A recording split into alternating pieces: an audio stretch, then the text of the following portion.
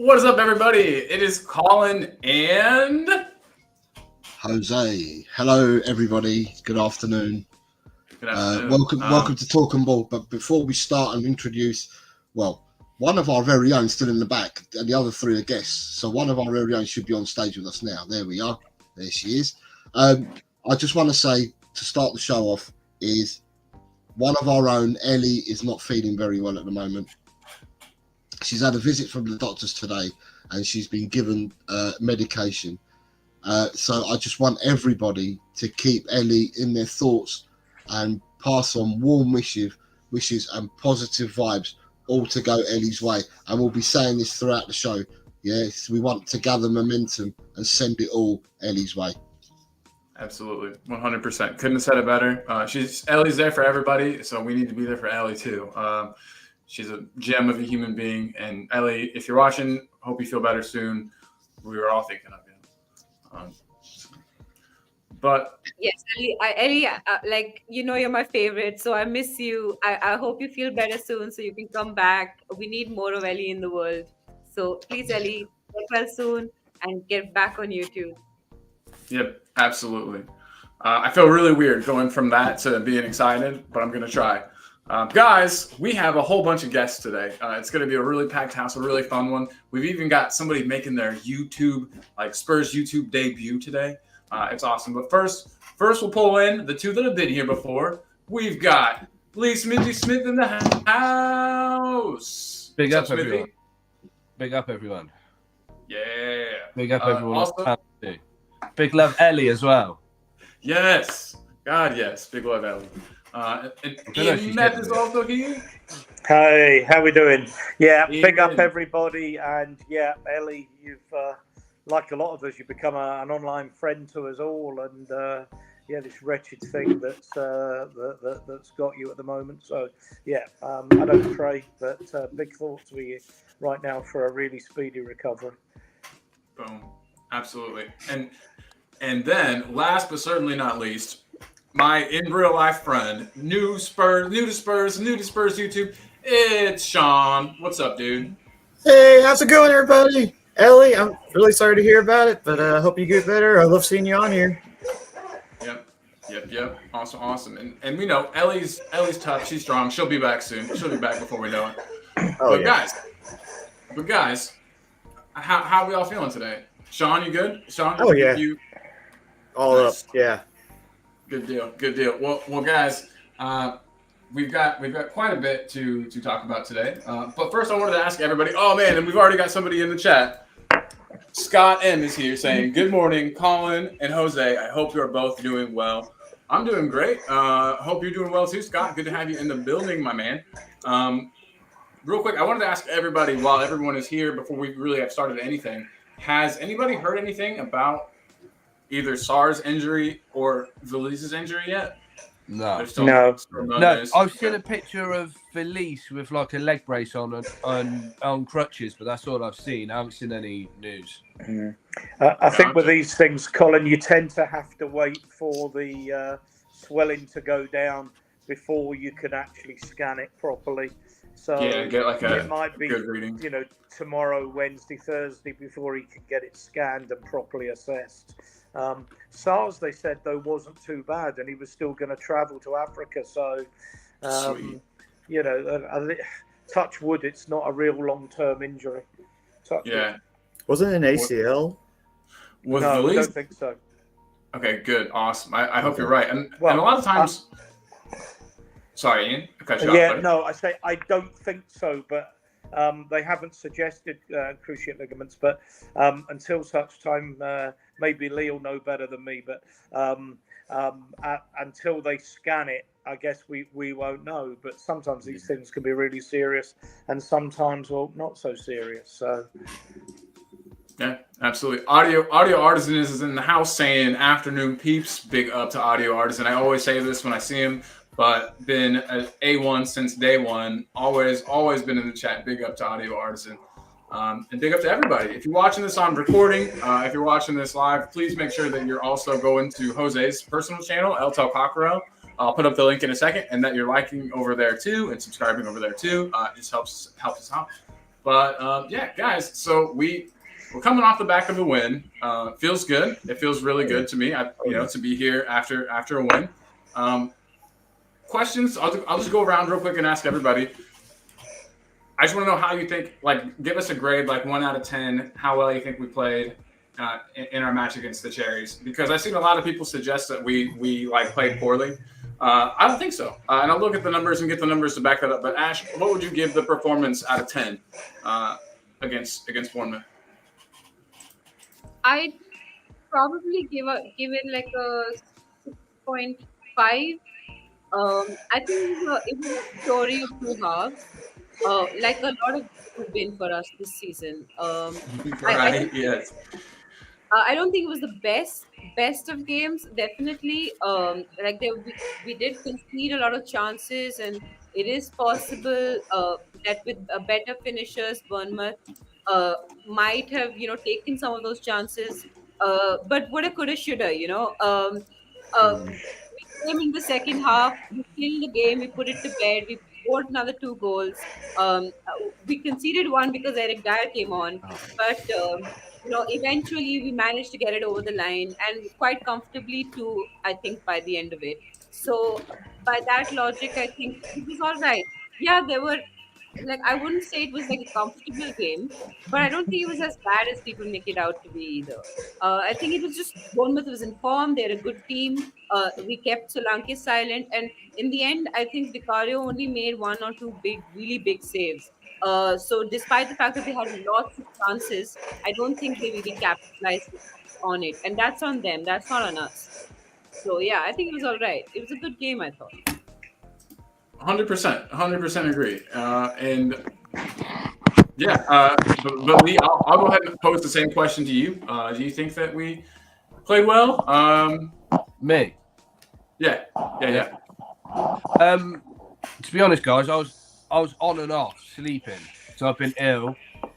I kind of woke up to the group chat with everyone moaning about Richarlison, and I predicted he was going to score. And he did. Oh, you did. I remember that. Yeah. And then I read that message. When Eric Dyer came on, I said, "Watch us concede," and we did. I don't know. I'd say probably I'll give, from what I see, a 5. I wasn't too happy with our medical team that let Felice drop to the floor 3 times before he went off. Yeah. Apart from that, I'm not going to lie, I didn't really see much with me being ill, if I'm totally honest with you guys. No, hey, I appreciate the honesty. For real. Some people might have just said, "Oh, 6 out of 10," and but we hope you get to feeling better soon, man. Hope you get to watch the next one fully. But well, I'm hopefully I'll be there on Friday. All good. No way! I forgot. Do you have the season ticket, or do you just like nab them? No, I'm on One Hotspur Plus. Nice. Heck yeah, dude. That's sweet. I'll have to remember that. Wink. But no.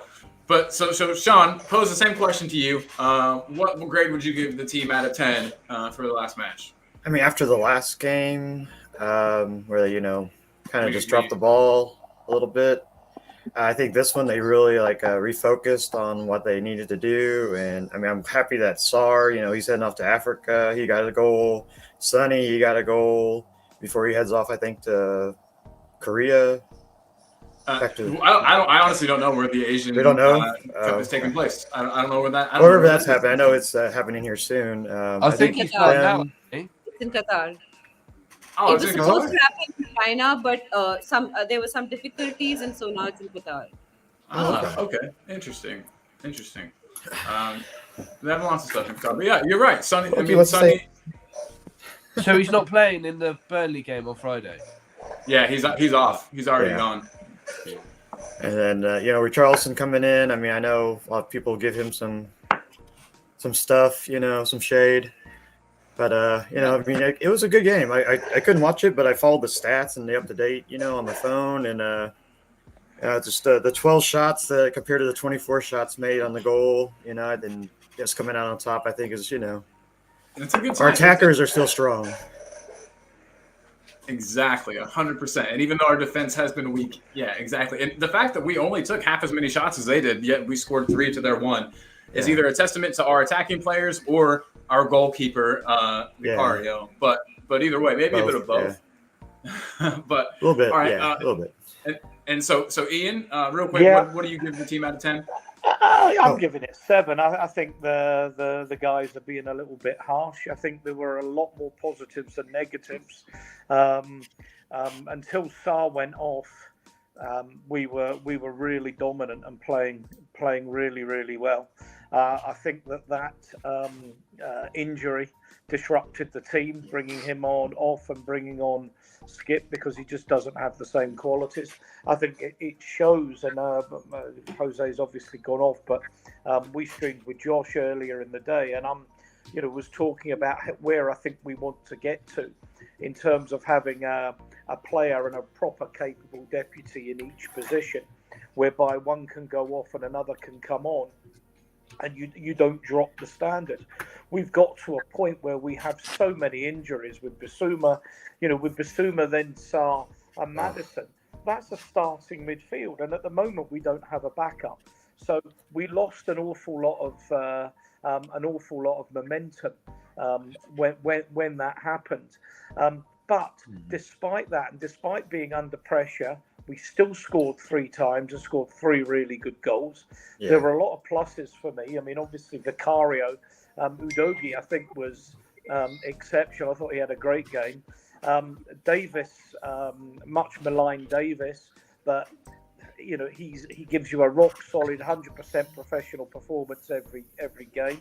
What's his name? Edison Royale was much improved from the debacle at Brighton.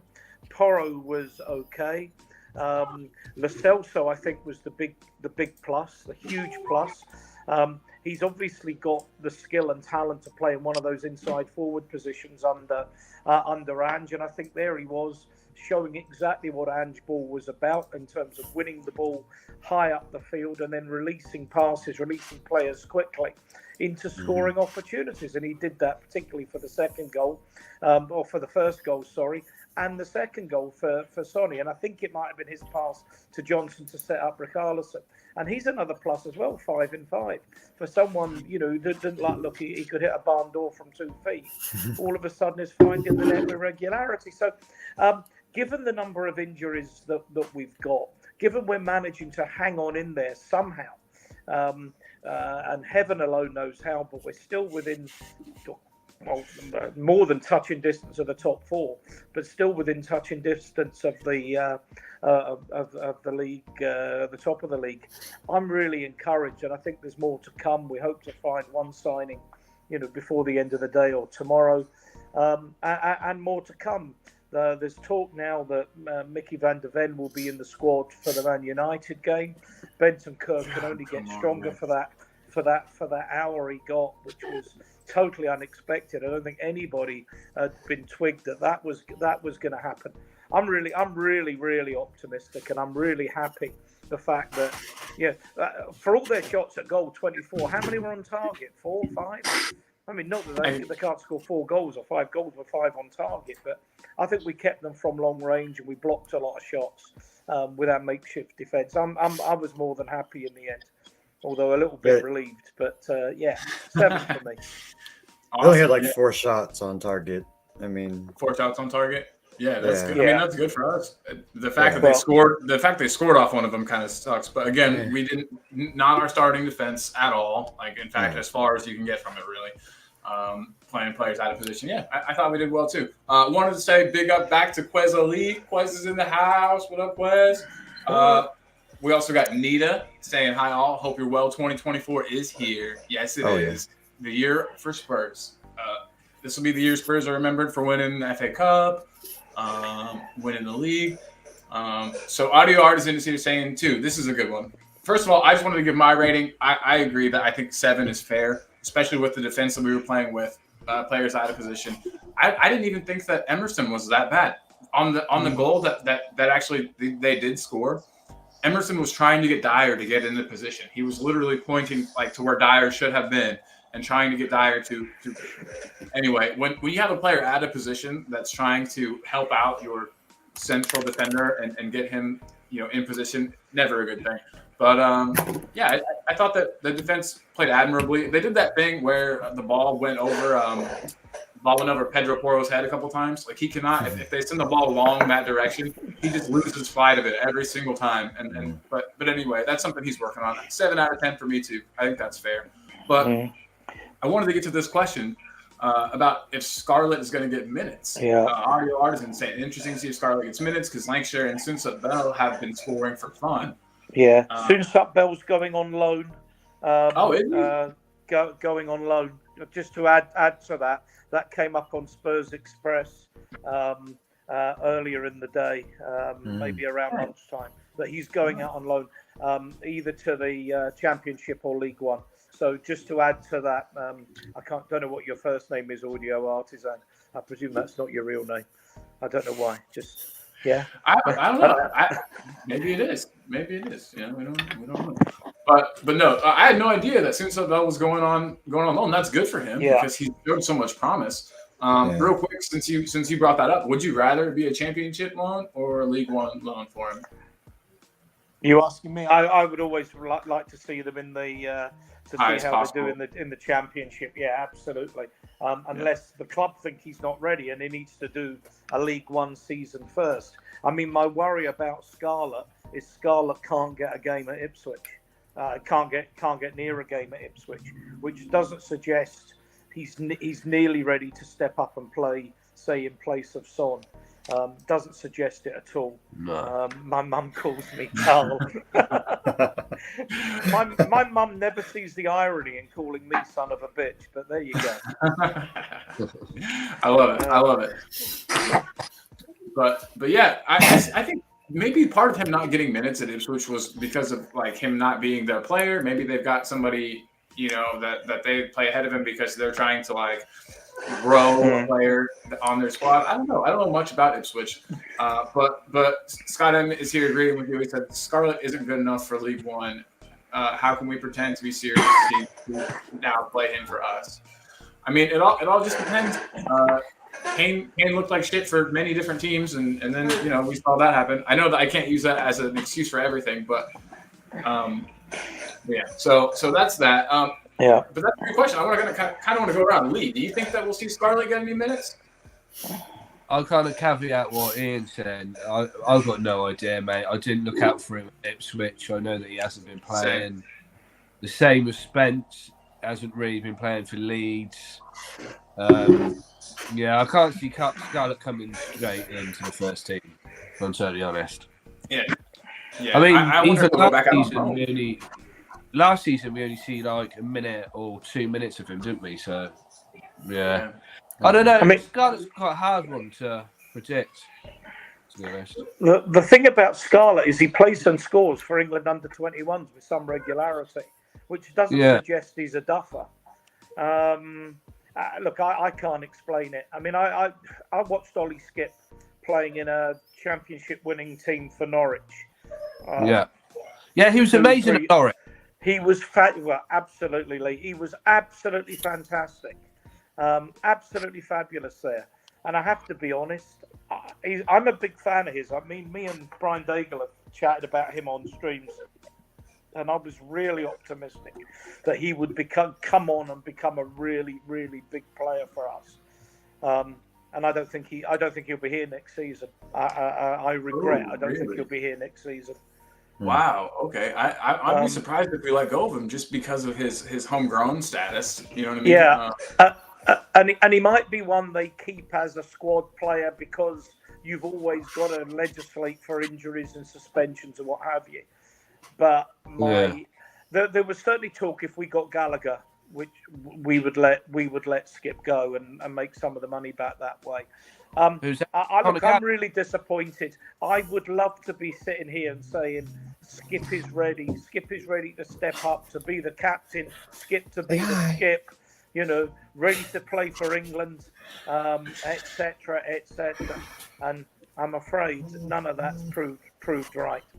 And his build is strange to me. His build is strange to me. Like, I don't think he's necessarily built as a striker. Most strikers have got like kind of some heft to them. Not all, of course, but some strikers have like some heft. He's a pretty slight dude. Ash, you're back, so I thought I'd ask you, but you just put food in your mouth, so I'm the worst person ever. We'll go to Sean. I mean, I think putting him on loan, maybe he'll get some game time. Maybe he'll like learn some Send him skills. back out on loan. That's a good idea. I guess there's always the opportunity or the chance that we could send him back on loan to a team that like promises to play him. Yeah. But just like see where he goes from there, and then if he's good, maybe next season he might come back as like Ian said, a squad. Squad for player. the backups. 100%, and he'll be homegrown also, so that's important to keep those numbers. Ash, do you think we'll see anything from him this season, or do you think he'll go straight back out on loan? I kind of think that might happen. I think he's not allowed to go back on loan. He can't be registered with more than 2 clubs in one season, from what I understand. So it's possible he sort of might play the role for us that Belize was playing, which has come on the last 5 minutes or so, and then see how it goes. Maybe if he has a few good minutes here and there, and he shows some promise, and put him on for longer and longer. But I don't see him doing anything more than that. But Ellie's in the house.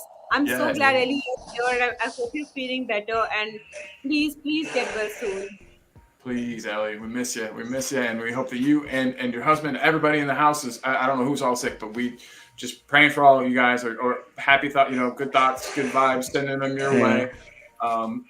Big love, Ellie. Sorry that you're so sick, but we know that you're tough and that you're going to beat it. So that's all. Yeah. You know what I mean? So that's good. Positivity. Absolutely. And Sean actually saying big up Ellie, right? Yeah. Yeah, we all love you, Ellie. We all love you. Feel the love, Ellie. Neil. Yeah, we are all sending it. I think Adrian's in the house as well, Colin. So, hi, Adrian. Happy New Year. Adrian Broca's in the house. What is up, Adrian? Do you guys think he's got the robe on? Always. The gray one. I'm calling it now. It's the gray one. That's the gray one. He has. I've seen him on the stream today. Yes, perfect. Ash, you win the prize. Is it the grey one or the navy blue one? It's the grey one. Yes, I was right. Boom. Good stuff. Love it. Lots of comments. Lots of love for Ellie in the comments. I really do appreciate that, guys. And I want to just ask. So we were talking about Skippy a second ago, and so looking towards Burnley. We talked a lot. I've kind of beaten the hell out of the Bournemouth game in the last couple of days and shows and stuff. So we talked about that a bit, but we'll move on to Burnley. And should Skippy start? Do you guys think? And we can go. We'll start with kind of like backwards order, and we'll start with. I don't remember who we started with last time. So we'll start with Ash. Do you think Skippy should start versus Burnley? Yes, absolutely. I think Skippy should start, and the reason I think he should start is that he has to prove to us before January that he's worth keeping. I mean, it's January, but you know what I mean. He has to prove to us that he's worth keeping, and he has to do that in the FA Cup. And we're already short on midfielders with Sarr and Bissouma off, and so I really think that he has to pull out a role for us in these games, in these non-league games, to show us what he's made of. I also think that Ange does trust him. Like, I don't trust him, but Ange clearly trusts him because he puts him on in important matches. He sometimes starts him when I don't think he might start. And so I think Ange puts some faith in the energy it brings to the team. And so I reckon Ange will start him whether I want him to start or not. So I think you're probably right. Lee, do you think that we'll see Skippy versus Burnley? I'm unsure whether I start, but like you guys say, we haven't really got much choice. I mean, for me, I want to see a couple of the kids brought in for this game. It'd be a perfect time for them to get some sort of game time. But not too many kids. No, maybe a Phillips at the back or something like that, I don't mean start them all, but not like the Fulham match. I'm hoping that we're going to take this cup seriously because a lot of people seem to think that we're not, and we're just going to try and get top four. But yeah, as long as it's not a rerun of Fulham, Yeah. I think it'll be But okay. I don't think it will be.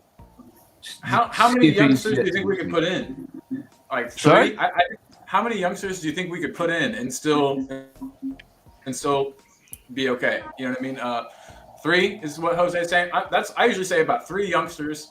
What to start? Is safe. You know what I mean? If the rest, yeah.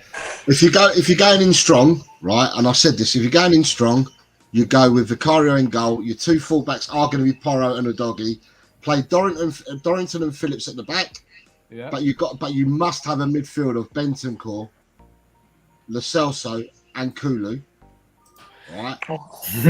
and then your front 3 would be Hill, Richarlison, and Johnson. Or if you want to get your 3rd youngster in, you're going with the back 5 that I've just said. You go in with Bentancur, Lo Celso, Donnelly, and then up front you got Johnson, Richarlison, Kulu. Yeah, but we know he's not going to do that. I know, but I'd like to see 3 youngsters read in. Lee, my point of view is that Burnley are detached now. Luton are now 4 points in front of Burnley in the bottom. They're the second from bottom. And I think that Company and Burnley, or their sole focus is on keeping Burnley up in the Premiership. And therefore, I think that they're going to make more changes than what we would normally do in the match. And that's why I think we should give youth a chance. I mean, Colin, I heard Colin, you're right, Jose. I'd love to see that. Yeah?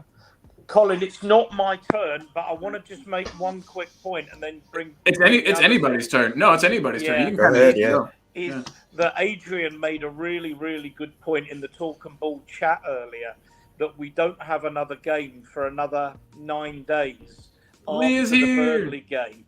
And that gives players a chance to rest. So, we can still... Well, I'm not sure he will go with Donnelly and Phillips. I've got a funny feeling he'll stick with... I don't know who you're waving to there. With Emerson and with Davis, not Emerson. With Davis, Ian, it's Leah. It's Lee's daughter in the background. Right. Okay. I can see now. The new guy. I think he'll start. I think there's every chance he'll start. He'll sign tomorrow, and I think he'll start. They'll have a look at him. They'll have a good look at him. So I think he'll start with Davis. Yeah, the fullbacks, Vicario. If Benty's fit, Bentancur, Kulu, Lo Celso.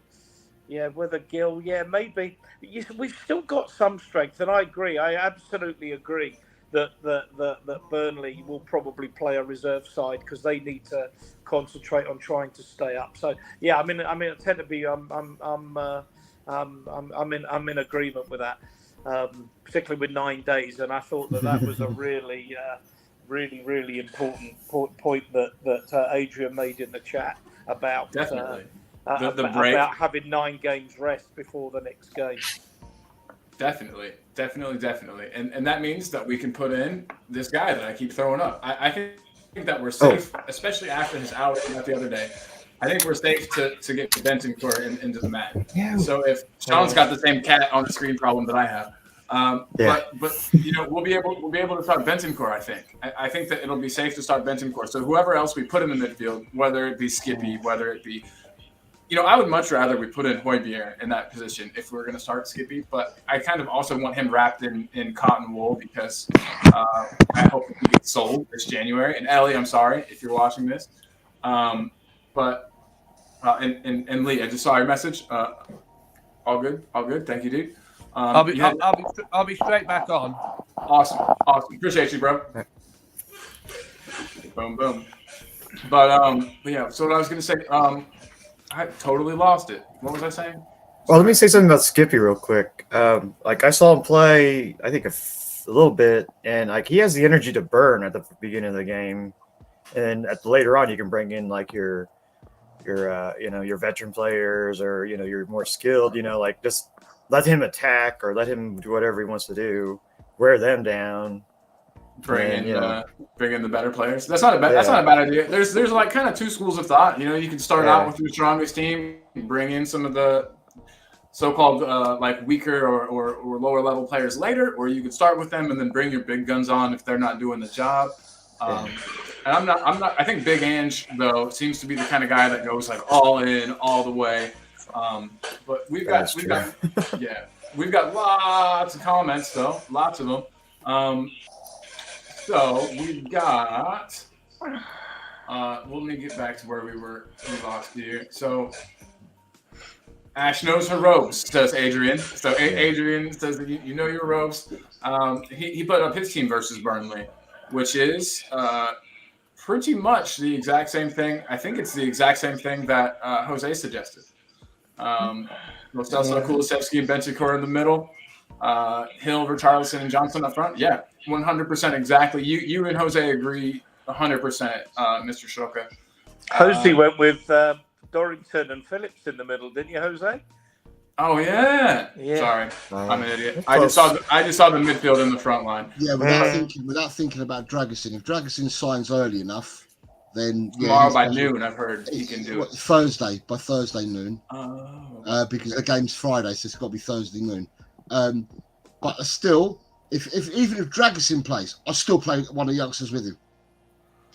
Yeah, definitely. And even because defense is a position where, I mean, it's obviously there's going to be little nuances and differences from team to team, but everyone, you stop them from scoring goals. You stop the attackers. You put tackles in. You distribute the ball back to the midfielders. You know what I mean? Like that job doesn't change that much, from team to team, I don't think. So you guys, I got a little picture of him I thought I'd throw up. Sorry for everyone this blocks. I'll only leave it for a second, but Dragusin looks like he's coming, and since we're talking about the match Friday, does anyone think that he'll be here in time for that match? Yeah, that's amazing. That would be one of the quickest transfers I've seen Spurs grab like in my entire time following Spurs. Like maybe like the quickest. Sorry, can we just put out the bet? If I'm correct, Ian, is your bet with the Brian Daigle that we'll sign? You're saying that we'll sign someone by midnight tomorrow night, Wednesday night. Done. Yeah. Here we go from Fabio is the that counts. So in order for Ian to win the bet, the signing has to be made before midnight Wednesday night GMT. Bang on. Okay. There we go. Gotcha. Well, it could happen. It could definitely happen. What's your bet? What do you lose if you lose a bet? Oh, so it's only a drink in a bar in Toronto. I think it's called Scotland Yard, and I think we'll no doubt have more than one anyway. So, that's the bet anyway. Midnight tomorrow night. There you go. We will have announced the signing. Are you in Toronto? Would you have to make your way to Toronto for? Oh, I'm not going. This would be a good one. I'm flying all the way to Toronto, first class, just to get a drink from Daigle. Yeah. No. Actually, I'm going to be in Mumbai in February as well. But me and my good lady are going to. Please hit me up. If you want a tour of the city or anything, I'll get around. I'll message you privately. We're on a tour, but I will message you because I think we're overnighting for a couple of nights in Mumbai. But we're doing another trip. We're going to Toronto and then off to the Rockies and a cruise in Alaska. Rockies. When we So that's what we're up to. So that's when I'm planning on meeting Brian on the 29th of August or thereabouts. So, yeah. That's awesome. That's amazing. Very cool. I love it when people from the community, especially people from like very different parts of the world, meet up. I know that obviously Daigle's in England a lot, but still, that's awesome. That's really, really cool. Daniel wishing Anita a happy new year. Audio Artisan saying that he'd go with Bentancur, Gio, and Kulu in midfield with BJ, Hill, and Richie up top. Yeah, that seems to be everybody's kind of preferred midfield. At least Jose, Adrian, and then now Mr. Audio Artisan. Lee, since you're back, Lee's back now. Lee, do you think that's the midfield that we'll start with? I'd go with exactly that, to be fair. Yeah, same. I really hope that's what we play, but I'm so afraid that we'll see. But I Skip. don't think he'll start Gill, to be fair. Yeah. So who would we? We would have. Has Gill started any matches for us? No, I don't think so. But he's come on and done. He's come on and done some work. He has. You know He what I has mean? started. He has started. He has. Yeah, I think it was Aston Villa. No, not Aston Villa. Yeah, no, Aston Villa, I think.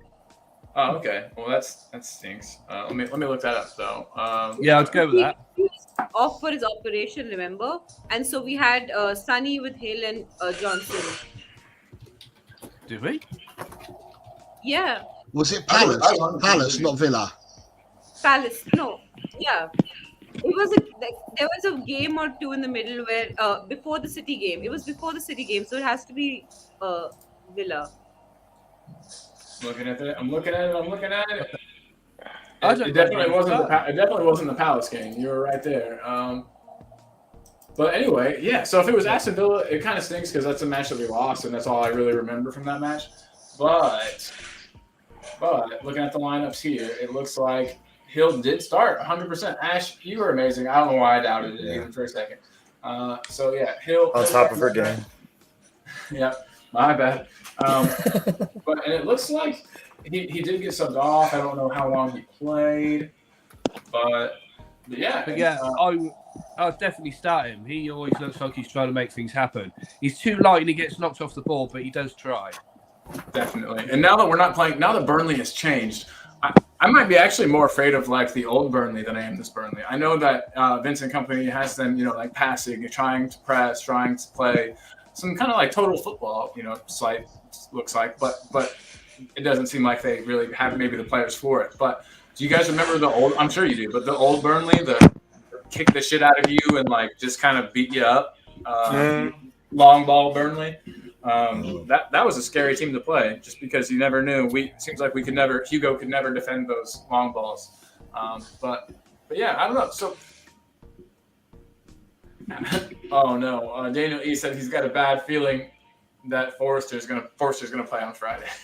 I don't. Do you think? I have a scary feeling. I really hope not. There's no reason to change out your goalkeeper. And Ian, if we want to take this seriously, this cup, if we want to take it seriously, I'll just go out full strength. Honestly, like we were saying, we have so many days rest afterwards. And yeah, there's always a chance of injury, always. But yeah, I have to think we would go full strength as well. Ian, can you see any reason to change the goalkeeper? Not for me. Not for me. No. Yeah. I Magic don't hands seem to think be that's out there. Angie's style. He'll obviously be a worry that with all our injuries that the goalkeeper gets injured because who else? Which other key player is there for us to lose now? But no, I don't think he will. I'd be surprised if he does anything other than play Vicario. I think if he can, he would like to win this game. Definitely, and I honestly think we will. But yeah, it was really weird for me in the Fulham match where we even saw Forster at all, just because changing your goalkeeper doesn't seem necessary. They don't run. They're not, expending great amounts of energy. So yeah, that's a weird one for me. But hopefully we we don't see him. Talking Beer's in the house. Big up Talking Beer. He says make sure to like on both channels, y'all. Oh yeah. And agreed. Thank you, Talking Beer. Daniel E says he thinks that they will present Dragusin to the fans on Friday, and that will be his unveiling. Daniel, do you think that's going to be a start? So he thinks it'll be done on Friday, completed. Okay, so yeah, probably not start, but we'll see it maybe at halftime or something. That's fair. I can see it happening. So guys, here you go within the next 24 hours. I keep checking Romano's page, and he's tweeting loads about it today. So I think there'll be a here you go. Yeah, go on his page. He's non-stop tweeting about it. So I think it'll be in the next 24 hours. Sweet. I'm looking at his page right now.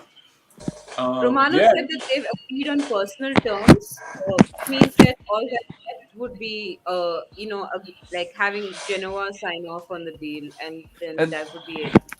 The Spurs Express retweeted him, and he put like a winking face saying, "Waiting for the Here we go. So then he can do it. Right. So I figured That's amazing. And from here, it's, Postecoglou has approved of him, which is good. We always, want players that the manager has approved of. I know that Todibo was like the main target, but we supposedly want somebody in by next week. And if that's going to happen, it looks like Dragison's the guy. It will be cool to kind of get the band back together. I don't know if I still have the photo here. I think I do. Of these guys. So they all know each other from their Juve days. And also, look at Johnny Depp over there. He looks kind of like Johnny Depp, I feel like, in that photo there, Dragons. Yeah. when I first see the picture of him, I thought Bale was coming back. He's got the same haircut as Bale. Yes. Yeah, I wish Bale was coming back. Don't do that to me, Lee. But I have to admit, I think there's a recruitment policy amongst our centre-back recruiting team, whatever it is, that they must also be model-like good-looking. Because I must say, Van der Ven, Romero, and now Dragison, they're all mighty fine-looking. So they're not ugly guys. Yeah, I can say that for sure. Yeah. So what are you trying to say, Ash? Kulusevski's not good looking. No comment. Yeah. I gotta stand up for those gingers. One of them's my co-host, so call him Gingers. there. Exactly. Gingers are good. We are good people, I promise. Once you get to know them, they're fine. Yeah. And guys, so we got talking beer, talking to everybody. I want to be talking beer. Yeah. Daniel Lee says 24 hours. Here we go. Yeah, but then we still have to get him over here and medical done by 12 p.m. Thursday. It's a stretch. I can see it. But it does look like we're getting Dragison. That's a great thing for Spurs. That's a great thing for Spurs fans. When's big up to the 9 days after that. So it'll be the Sunday the next week. To be fair, I reckon Postecoglou might want him to play on Friday, If we can get him over the line in time, that's the only problem. Daniel, you pointed out too that we have to, get him here, get the medical done. That it'll be tight, but if we really, really want it done, it can be done. Which, to be fair, could all be done tomorrow. In theory, couldn't it? If you fly him over tonight, if it's done. It could be further along than we know, even, because Like, it wouldn't necessarily be in everybody's best interest to put out all of the details. So, what do you think, Ian? Do you think it's done? Yeah, I think it's close. I think we're haggling over the details, and we're probably haggling over a few 5 million, a few million euros or whatever, splitting the difference. I think the deal is very close, and I think there's pressure on Leeds to get it done from the manager, who said, "I want players in, and I want them in early. If you're getting the deals done, get them done." So which is why I made the bet with Brian in the first place, because I think. This certainly is Angie's style. I mean, I seem to remember this time last year. I think Celtic had announced 2 or 3. I was saying that, yeah. From the Japanese league, Iwata, and I think one other that were coming in. The deals were done as soon as the window was done, was opened. The players were registered. Rangers announced a signing from Wolves on Saturday, was it? And he's actually taken the field as a sub for Rangers today on the 2nd of January. So, Fabio Silva from Wolves. It's more than possible to do these deals, and I think, granted that one was a loan, but I would think it's close to being done. Do you think he'll be in the squad for Friday? I certainly would. I certainly think, to have him around the dressing room and to try and get a few minutes, even if he didn't start, and he started with Dyer and Emerson, but hopefully got a couple in front and brought him on. I think he'll want to embed him pretty quickly, because I think he's going to be an important member of the squad. Absolutely. With you've got to worry about Van der Ven and hamstring injuries because.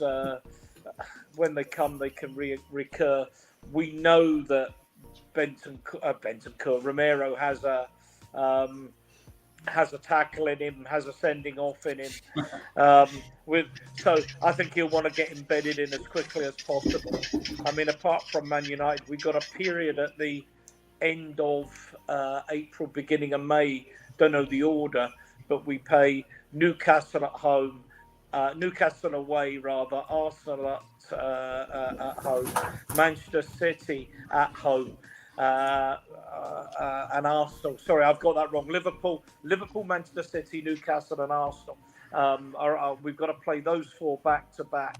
And I think he'll be thinking of that. And I know we've got March and everything to go through, but I think he'll want to have everybody fit and available and ready for those 4. The league will be won and lost in those 4 games for them as well as us. 100%, 100%. I also wanted to put up, and Jose has put up something great here. Guys, first of all, hey to everybody in the chat. We got quite a few people in and watching right now. Big up to all of you guys. Make sure that you've liked, subscribed, head over to Jose's channel, El Tel Cockerel, which will put the link up. Please subscribe and like over there. And then Jose pointed out, if you would like to ask the panelist or the panel as a whole a particular question, just mark it as Q, and we will definitely get to that question and answer for sure. One thing I wanted to talk about, too, is my mom put this up. Loving the news to hear about Sarr and his contract. That is definitely a big one. I said that needed to get done better way after the Udogi one. Yeah, definitely. Oh, for sure. These young guys that are already proving it, like, we need to time. But I had no doubt that it would get done anyway. We need to make sure that we keep these youngins. You know what I mean? Like we need to make sure. But who would have thought last season, whenever he couldn't get a game under contract, that we'd be offering him like a 6-year deal? You know what I mean? Like that's some crazy stuff to me. Ash, would you have ever expected that? I mean, last season, if we told you that next year we'd be giving Sarr a 6-year contract, would you have been surprised? I would have thrown a hissy fit. I would have been like, he's not good enough. What are you doing? This is Daniel Levy all over again. I would have been so upset. And now all I can say is thank God we're signing them. I don't want to lose them to anyone. Lock them down, just like Talking Bear is saying. Udogi, Sarr, as you know, Jacob, the United Spurs would say, happy Sarr Day. Let's go. Let's lock all these children down. You know, Van der Ven, Sarr, Udogi. The future looks bright. You know, it looks really white. It's going to be great. It's going to be great for us. Before I hop back to this, I wanted to jump up here. I missed this. I wanted to make a bet with Scott, if he'll take it, for 20 Canadian dollars that we will bring in at least 3 players this window. Will you take the bet? Yes or no? I'll see you in the bet. But guys, we'll get back to Sarr here. Just want to talk about Sarr a bit more. I mean, Ian. He's impressed. He's impressed the heck out of me, and you could tell when he's playing versus when he's not. Do you think this is a good move? To give Sarr a long call? Absolutely. I mean, he's one of those players that was brought in with potential. He's getting better and seems to get better and better every game. I mean, until he got injured on Saturday, he would have been my man on Sunday, rather. He would have been my man of the match if he'd have carried on with that performance. I thought he was exceptional. And as I said earlier, I thought we lost our way a little bit for a while when he went off. Oh, absolutely. This is absolutely fantastic. It's not just a fact. Yeah, Julie says, you're loving the news that he signed a new contract. Yeah, Happy New Year, Julie. Absolutely 100%. But it's the length of the contract that impresses me. The fact that we are really committing to a young, talented player like that, saying, you know, all right, if someone comes along and says, we'll give you 120 million for him, no doubt Levy will have a decision to make. But. It looks like we're planning, and we're planning properly for the long term. There does appear to be some coherence in our recruitment strategy, which there hasn't always been. So, because no one suggested Ndombele plays on Friday night. You know, a trip to the burger bar and onto the pitch. You know, no, I think of him as a chick king kind of guy. Extra fries with double mayonnaise. Yes. Yeah. I think it's fantastic. Nothing wrong with Chick King.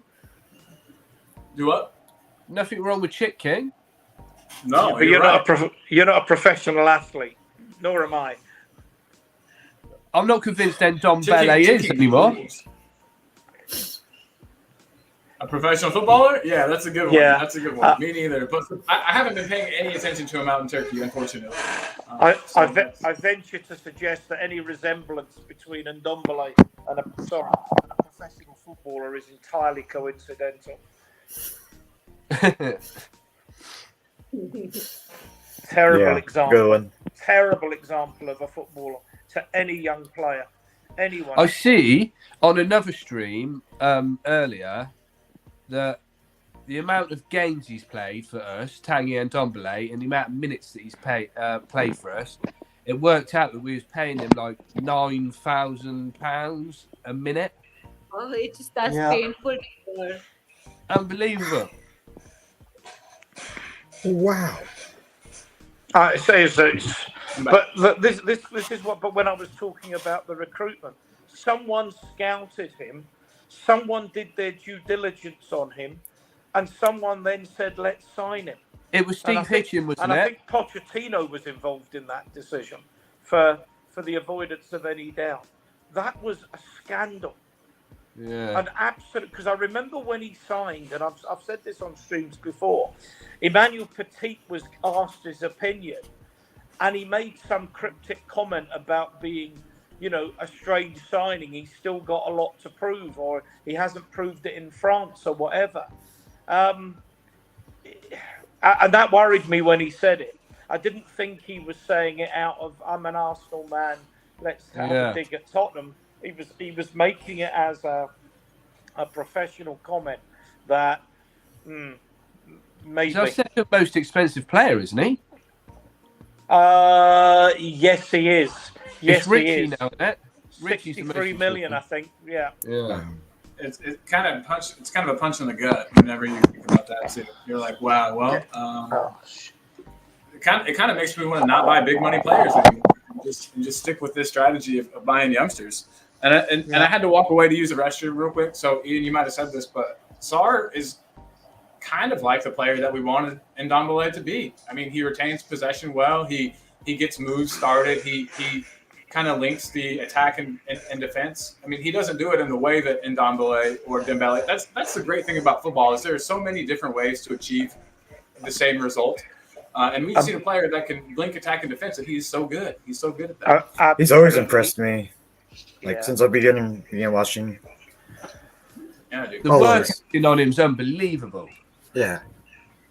He's just got so much speed. He makes everybody else's jobs seem easier. I would like to be playing next to him. I'll put it that way. Do you know, I've said this on a couple of streams now, but I keep looking at the way his teams, Ange's teams play. And if I could roll the clock back and I could have prime Moussa Dembele playing the pivot, playing that number 6. Yeah. I mean, it's real sharp intake of breath and, I mean, he would just, his ability to hold the ball or to receive the ball back to goal, pass, swivel, drive the ball on. Oh my God. It excites me so much. Yeah. Adrian saying officially announced. Yeah. An extra 6.5 years. And no doubt a big pay rise. And oh God. He was on something super low. He was on like 10 grand a week or something. He proved himself. He's proved himself. No doubt there'll be extra incentives. That's what League tends to do with young players. All right, I'm not going to give you, stupid money to start, but you prove yourself, and I'll put your money up. And I think the fact that he and his agent have committed to the club for 6 years as well, or another 6.5 years from now, is absolutely fantastic news because a wonderful player. Sorry, Lee. No, I was just going to say, I still can't believe we're paying Tanguy more money than we are Sonny every single week. It's unreal. Yeah. Unreal. Is he the top earner at the club now with Hugo going? Tanguy? Yeah. I'm not 100% sure, but I know that he's getting paid more a week than Sonny is. That's ridiculous. That hurts to think about. So I'm just not going to. Top Spurs is in the house, though, saying big up panel and all for Burnley game, midfield. I think he's up to 200. He's over 200K, that's for sure. So Top Spurs says Oh, did he cut out? Right, so can I just say, Ian, so would you say then, or to the panel, would you take a 36-year-old Moussa Dembele and bring him back to play alongside Bentancur and Madison? No. No. Not at 36, No. but if you give me No. 25-year-old Moussa Dembele or 27-year-old Moussa Dembele, I'd take it in a heartbeat. No, Getting up there. I wouldn't. Much as I'd like to. Sorry, I put my camera off because one, I was going to go and make a cup of tea, and secondly, I'm going to put the Celtic game on because they're still my Scottish love. So Who's Celtic playing, Ian? Celtic are away at St Mirren. A And league I can game? tell you, I'm just actually watching it, and I'll talk and watch at the same time. But but because I'm watching on my dodgy stick. There's no policeman in the house, I take it. Because I'm watching on my dodgy stick, but I know Celtic are a goal up in a minute, so that's good news. So because Rangers won, Rangers beat Kilmarnock. I don't know how many by, but yeah. How's the table looking? Is Celtic and Rangers again just top of the Celtic table? Celtic are 8 in front, or at least they were at start of play. So it's 5 now with Rangers having a game in hand. Assuming Celtic go on and beat St Mirren, they'll be 8 points clear. But Rangers will have 2 games in hand. Is their new manager playing basically the same style that Postecoglou played? Is he basically just kind of inherited that and keeping it going? Or? Yeah, I mean, Brendan's style is a bit more possession based. Brendan Rodgers. Holy shit! Yeah, I forgot that's who went over there. Brendan went back there, so his style is a little bit more patient.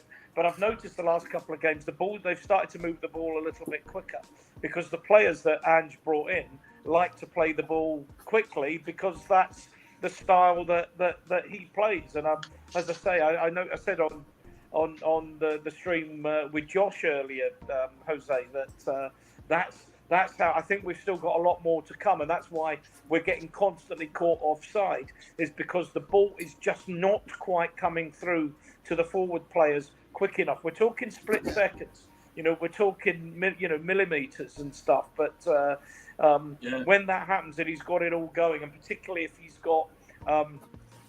got Madison back, who's such an excellent passer of the ball. I can see. Not that I think Sarr will get left out, but you can see games where Lo Celso and Madison will play alongside one another, and they'll be knocking the ball through to the forwards very, very quickly. It will be very exciting.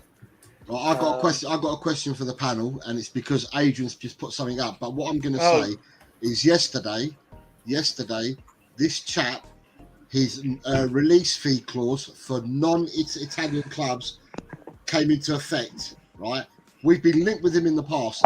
Right, so you've now got Paulo Dybala is available for 13 million euros or whatever it is, as of yesterday, to non-Italian clubs.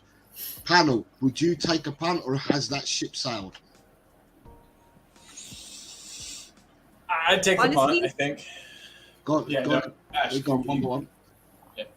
Honestly, perhaps it's 3 years too late. I would have liked those image rights to come in. But maybe there, Daniel Levy masterclass coming in 3 years later with those image rights.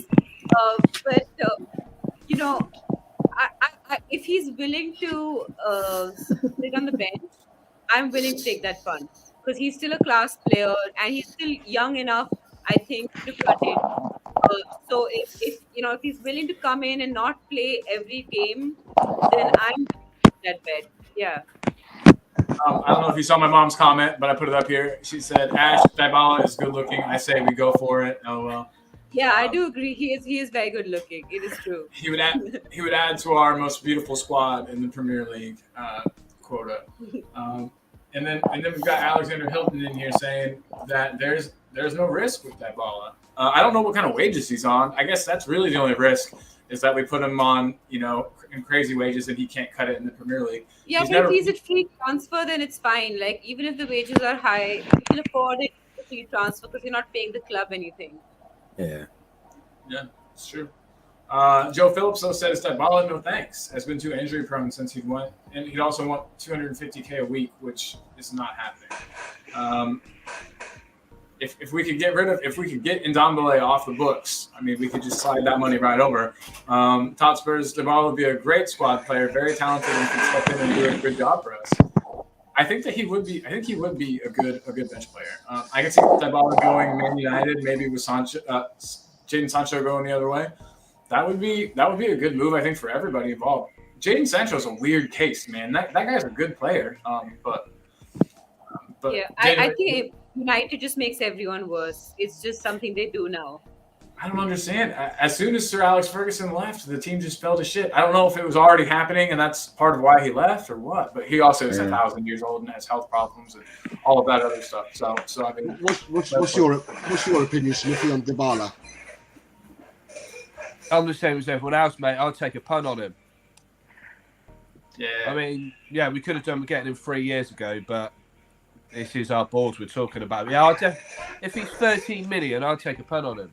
What, like everyone else is saying, what have we got to lose? Yeah. Exactly. And the club spends that kind of money on stupid signings, like in the past at least we have. Yeah. I think we paid like that much for Nkudu. I don't see us taking punts on players like that.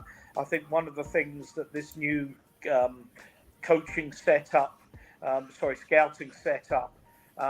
is scouting the players that the manager wants that fits into the system and fits into the system from day one. I don't. If Ange thinks he can get a tune out of it, but I'm inclined to agree that that's a ship that sailed 2 years ago, and I don't think. I mean, Daniel, I don't think he'll be able to handle the intensity of this league anymore. I would be inclined to agree with that. And one thing that we all love about Ange's team is it has intensity. It has real intensity. Yeah. Celtic are 2 up inside 7 minutes, by the way, just in case anyone's remotely interested. I am, just because our man laid down the foundational groundwork for the way that team plays. So it's absolutely. And Matt O'Reilly, who he signed as a very young man for not much money from AFC Wimbledon. Matt O'Reilly scored the second, who is a player that I think I would like to see at Tottenham in our midfield. I'm not sure we've got room for that, but if we're not getting Gallagher, then there probably is. There's someone to come in and play on that as a deputy for Maddison on that right hand side of the 2, if you like. I don't think Gallagher will come. I don't think Gallagher will come. I don't either. I really don't think so. He won first team football, and he's not going to get picked over the likes of Bentancur, is he? No. To be fair. I don't know. I don't know. I said earlier, I think you're looking what Ange's trying to build will be because of the intensity of the way he plays. The injuries are just an unfortunate thing, but the intensity means, particularly in midfield, that the players are up and down, up and down, up and down. That he tries to interchange players during the course of a game, and quite often he makes changes in his midfields and wide men. That he needs 2 players for each position, and he hasn't got that yet. Yeah, I just wonder if, like, a captain of a club would sit on the bench every single time. I don't know that he will. I think even if he was starting on the bench, he'd be getting half an hour a game, even if he started there. But I don't know that that's the issue. I think is whether Chelsea really want to sell him or not. I'll go with this no smoke without fire idea. And one of the things that I've heard is that because of Chelsea's financial fair play situation, they need to raise a significant amount of money. Now, if they were to sell Mudryk, for example, they paid 80 million for him. If they sold him for 50 and they do well to get 50, they've still got an FFP loss of 30 million pounds. Whereas if they sold Gallagher because he came through their academy for say 50 million pounds, then that 50 million goes straight to their financial fair play bottom line, and that's why they're under some pressure to sell a player for maximum value. So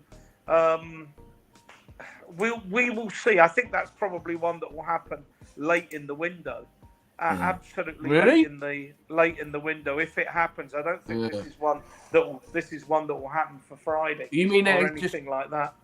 It go on like a Pedro Porro deal, you reckon? Just at the last minute. Well, Pedro Porro was different because Pedro Porro, I think the deal was done and we wanted him, and then Sporting wanted him to play in the Portuguese Cup final that was taking place on, I don't know, the 25th of January, and they weren't prepared to sanction the deal. And then they wanted to change the finances of the deal because, for their own financial reasons, rather than wanting the £40 million that we were paying, wanted an option, a loan with an obligation.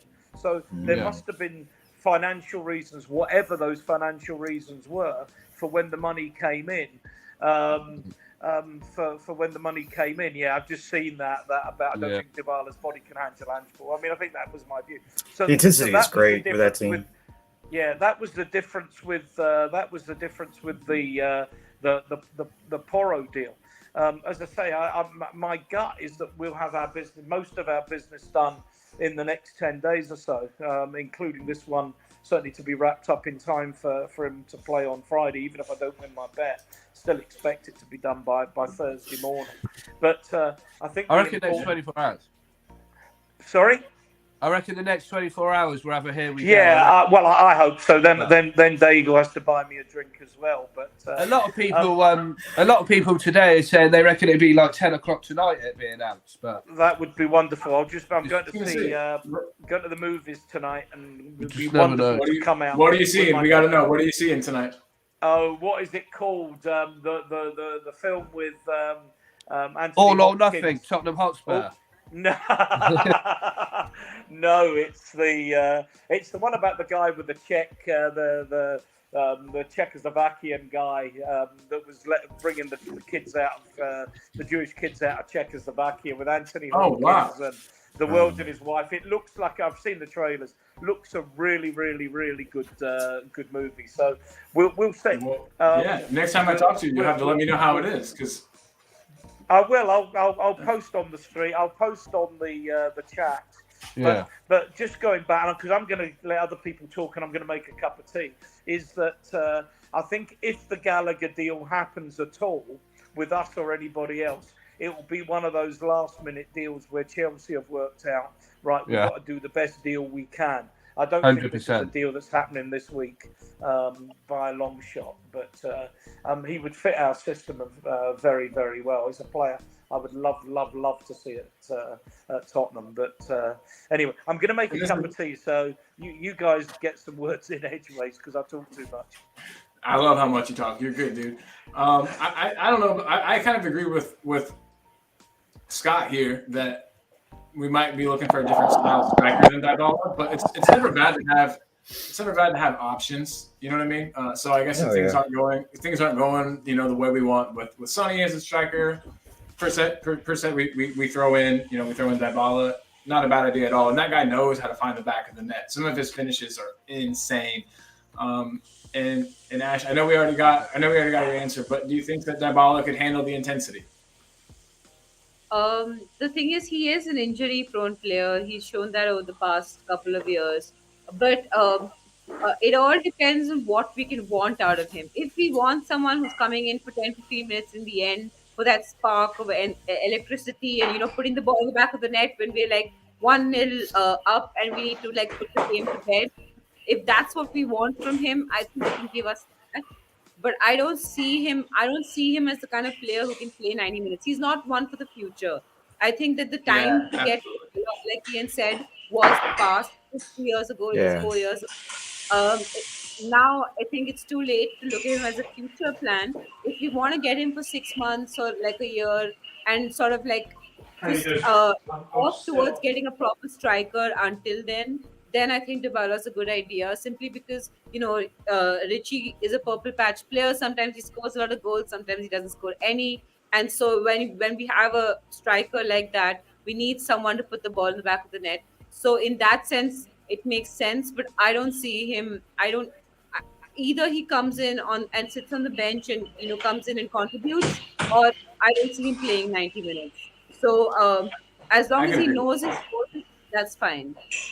Yeah, 100%. And I think if you feed him low crosses, low quick crosses into the box, I think that he'll definitely feed off of those and definitely score goals.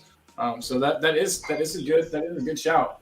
And then real quick, I just wanted to say, everybody, I do agree though that Dragonson's going to get done. Fabrizio Romano is just saying too much about it for it not to get finished. Yeah. You know what I mean? So Yeah. real quick, Ash, white or red today? What you got going? It's white. It's Nice. done though. It's finished, but it's white. Yeah.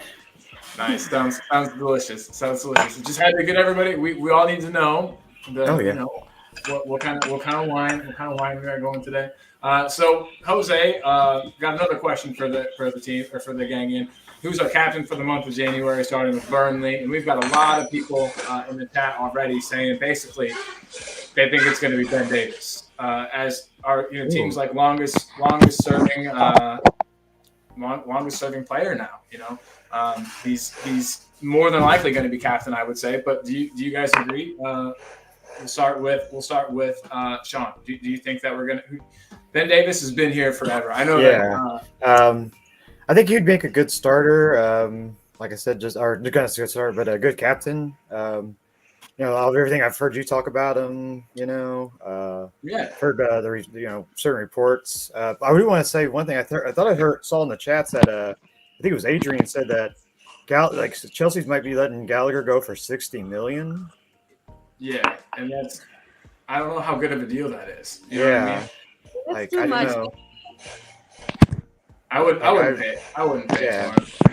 But especially when he's not a guaranteed starter in this squad. Yeah, exactly. But I mean, Ben Davis. I mean, I hear great things about him. So I mean, I think he'd be a good leader. Yeah, 100%. That's like the one thing I feel like he offers is that he's a good role model, good leader. Yeah. But Ash, what about you? Will we be seeing Ben Davis with the captain's armband?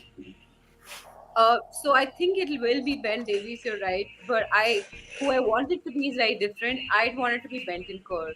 I think now that he's back, I didn't expect him to be back, so I didn't think about it. But now that he is back, I'd like to see Bentancur simply because, Totspur agrees with me. Literally. Because I think that I adore Ben Davies and I think he'd be a good captain as well. But I think Bentancur is one for the future. So make him captain. Let's see what he's like as captain. 100%. That would be great. Smithy, though, do you think we're going to see anybody but Davis as captain? It's more than likely going to be Ben Davis, or unless we start Dyer, it could be Dyer. I also said Bentancur, but when he was injured, I thought Pedro Porro might get it, to be fair. Yeah, that's true. He's a good leader on the pitch, too. But now he's back. Yeah, I would rather Bentancur than Ben Davis, but... Healthy, yeah. Scott's barfing at the idea of Ben Davis with it, but I agree. I mean, Scott... but we're probably right. I actually don't hate Ben Davis nearly as much as everybody else does. I actually love Ben Davis. I think he's really great. He wants from what we want from him, he gives us. So yeah, big up Sandoval. But yeah, exactly. Ben Davis is that 7 out of 10 player that you need. Off the bench, you need when people are injured. I'm not sure how many more years he can keep that up, but Also, I guess I want to ask this. Oh, sorry. Mom says she adores Daddy Davis, but she doesn't think he's bossy enough to be captain. I can see that. Jason Bell is in the house, and he just says, "Please not die." Don't forget, Dyer did have the captain's armband on it pre-season, though. Yeah, so, he did. Yeah. We said his name so many times. I got to do this. I think that's the worst video I've ever seen you create. Trigger warning. Trigger warning. I'm sorry. Yeah, but sensitive for younger viewers. Yeah, sorry about that, everybody. For our sensitive viewers out there, I hope you are okay. But Daniel Edie said Dragonson's agent 9 minutes ago said we've had previous talks that lasted 3 weeks. So if a deal happens, we will talk to Spurs. They also have interest from AC Milan. It's been going on for 3 weeks. if that's the case, then Yeah, why I don't can't- we Yeah, I presume that was over personal terms and stuff. So Yeah. Can you see that happening? 3 weeks? Yeah. I Where there's a mean- will, there's a way. You know. And if they've been talking for 3 weeks, you'd think it would be pretty much decided. And you know what I mean? Let me get that. You down say there. where there's a will, there's a way, but we're talking about January leaving. True. The guy that we lost out on, João Moutinho, for I don't know, a couple mil, whenever that was the exact player that we needed. Lost out on Jack Grealish. yeah. Oh my God, Jack Grealish still makes me mad. Oh, But I'm Lost out on a hoping- lot of players. I'm hoping we've learned the lesson from that Yeah. because he's got Lange and he's got I can't remember all the names, but he's got people in place there that I think are meant to be telling him what we're doing. I don't think I'd want to be Levy if he doesn't get this over the line and Ange has words. I also see on someone's Twitter today that Paratici's still going to be involved in the January transfer window. Happy hell with yes. that. Happy with that. He knows It his should way be. around. You can't argue with the players he's got. He's got us out No, of no. Italy. I mean, He's brought some you know. amazing players in, but then he's also got us some average players in. But yeah, yeah. Vic Anon says Ben Davis is world class. I love it. Yeah. And then I love this next one from our friend Sandoval. West Ham want Dyer. Go. Go. They keep for West Ham and then send that to West Ham. Well, guys, it's actually pretty funny because Yeah. I won't play the intro, but we did have this keeper West Ham a couple of days ago, and definitely keep Davis over Dyer. Definitely, I think everybody would agree. I don't think anyone in the whole world would disagree with that. But yeah, so guys, Yeah. Colin, quickly, can I come in? Spurs Express just tweeted, talks with Genoa over a deal for Radu Dragusin are progressing well. That's just Yes. off the press. Yeah. That's hot good. off the presses, everybody. Wonderful. I'm sure in the next 24 hours, I'm more than sure. Yeah. If not like I said, Fabrizio Romano usually doesn't stick his neck out there very much. You know what I mean? So he wouldn't. I don't think he would want to damage his reputation as like the guy with the info. Oh, yeah. So I mean, for him to tweet about it so much, and he's like pinned one of them as well, hasn't he? I think it's basically happening. What's that? Brilliant, Adrian. Colin, Yeah. Dyer, keeper West Ham. Oh my God. Yeah. Who would you rather keep, me or Dyer? No. Oh, we West love Ham- Colin. It's not even a competition. I'd rather keep you, Colin. Keep Colin, says Sean, and says Smithy. I appreciate you guys. Oh yeah. Keep you. Yeah. You guys are We'll good keep Colin. Can we have Jared Bowen in it as a straight swap? Ooh, Absolutely. Ooh, that would be lovely. Oh, I'm That sorry, would be good. Colin. If Jared Bowen is on the line, I'd send you to West Ham.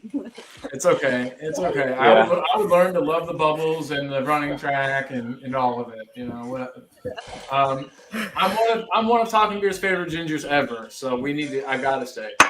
But Talking Beer saying that he's been saying that Dragusin and Jota are locks. I think that Jota's definitely coming. I don't know if he can do the job here. That would be an Ian question. I Do haven't you heard think too that much he's got about the- him recently. No, Yeah. it's dead. But what I would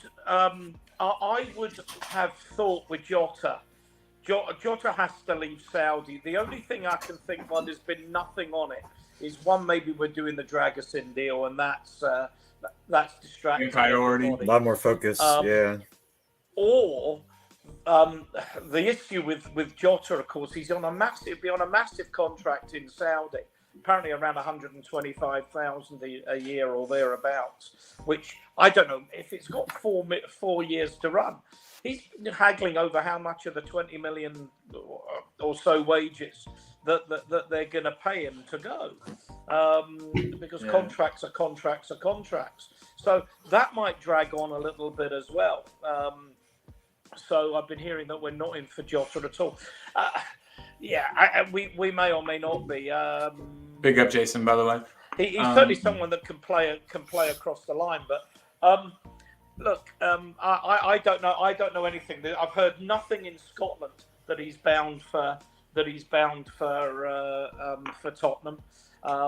There's been talk that Celtic should try and get him back, but I think with the wages that he's on, apparently he was on around 20,000, 25,000 at Celtic, Ian? which would be a big I know I don't watch a lot of Celtic, so I can't say. But do you reckon that he's good enough for the Premier League? He's got a lot of ability. He's got a lot of skill. Reads the game well. Knows where the goal is. Some of the the finishes where he comes off the line and finishes. I have some reservations. And if we were paying 20-25 million, I would have big reservations. If we could get him on a free free transfer, then I think it would be a deal worth doing. But if Ange wants him, he'll be coming to Tottenham. I'm absolutely certain of that, because I think it will be the best gig he gets. I don't think he'll be going anywhere as opposed to Tottenham, and he played very well under Ange, very well. So I'm not 100% convinced. Although I know Celtic supporters that I know about the game thinks that he would be a super signing for Tottenham. So I'm 50-50 on it at the moment. 50-50. Yeah, I mean, we're kind of short on that left-hand side, and especially with Manor Solomon's injury getting pushed back a bit. You know what I mean? The time frame for him coming back. That's a good point, though. I had kind of forgotten all about Manor Solomon until I just said that. I was pretty impressed with him from what I had seen when the season started. He didn't look, and he was a free transfer. That's amazing. But I expected him to just be like a speed merchant, head down, maybe kind of like a Lucas Moura 2.0. But he showed that he's able to get his head up, make some good passes. Those assists that he had for Son, I think he had 2 assists in one match for Sonny, and a goal in that match, if I'm not mistaken. Jota's very much a squad player, and he may start. He might be behind Solomon. But remember, if we're starting, let's assume we don't start anybody else. We've still got Son, Richarlison, Johnson. I know we've got the Asian games, but that's at the moment the front three. So the backup players behind that are, might be Jota when he's fit, Solomon. We talked about Scarlett, Donnelly. I still think we need one more in there anyway, and he will bring one more in there, and it might be Jota and other. Get a good deal on him, and maybe like he could be like the backup we need or something. Yeah, well, the guy Jimenez at Feyenoord appears to be scoring goals for fun there.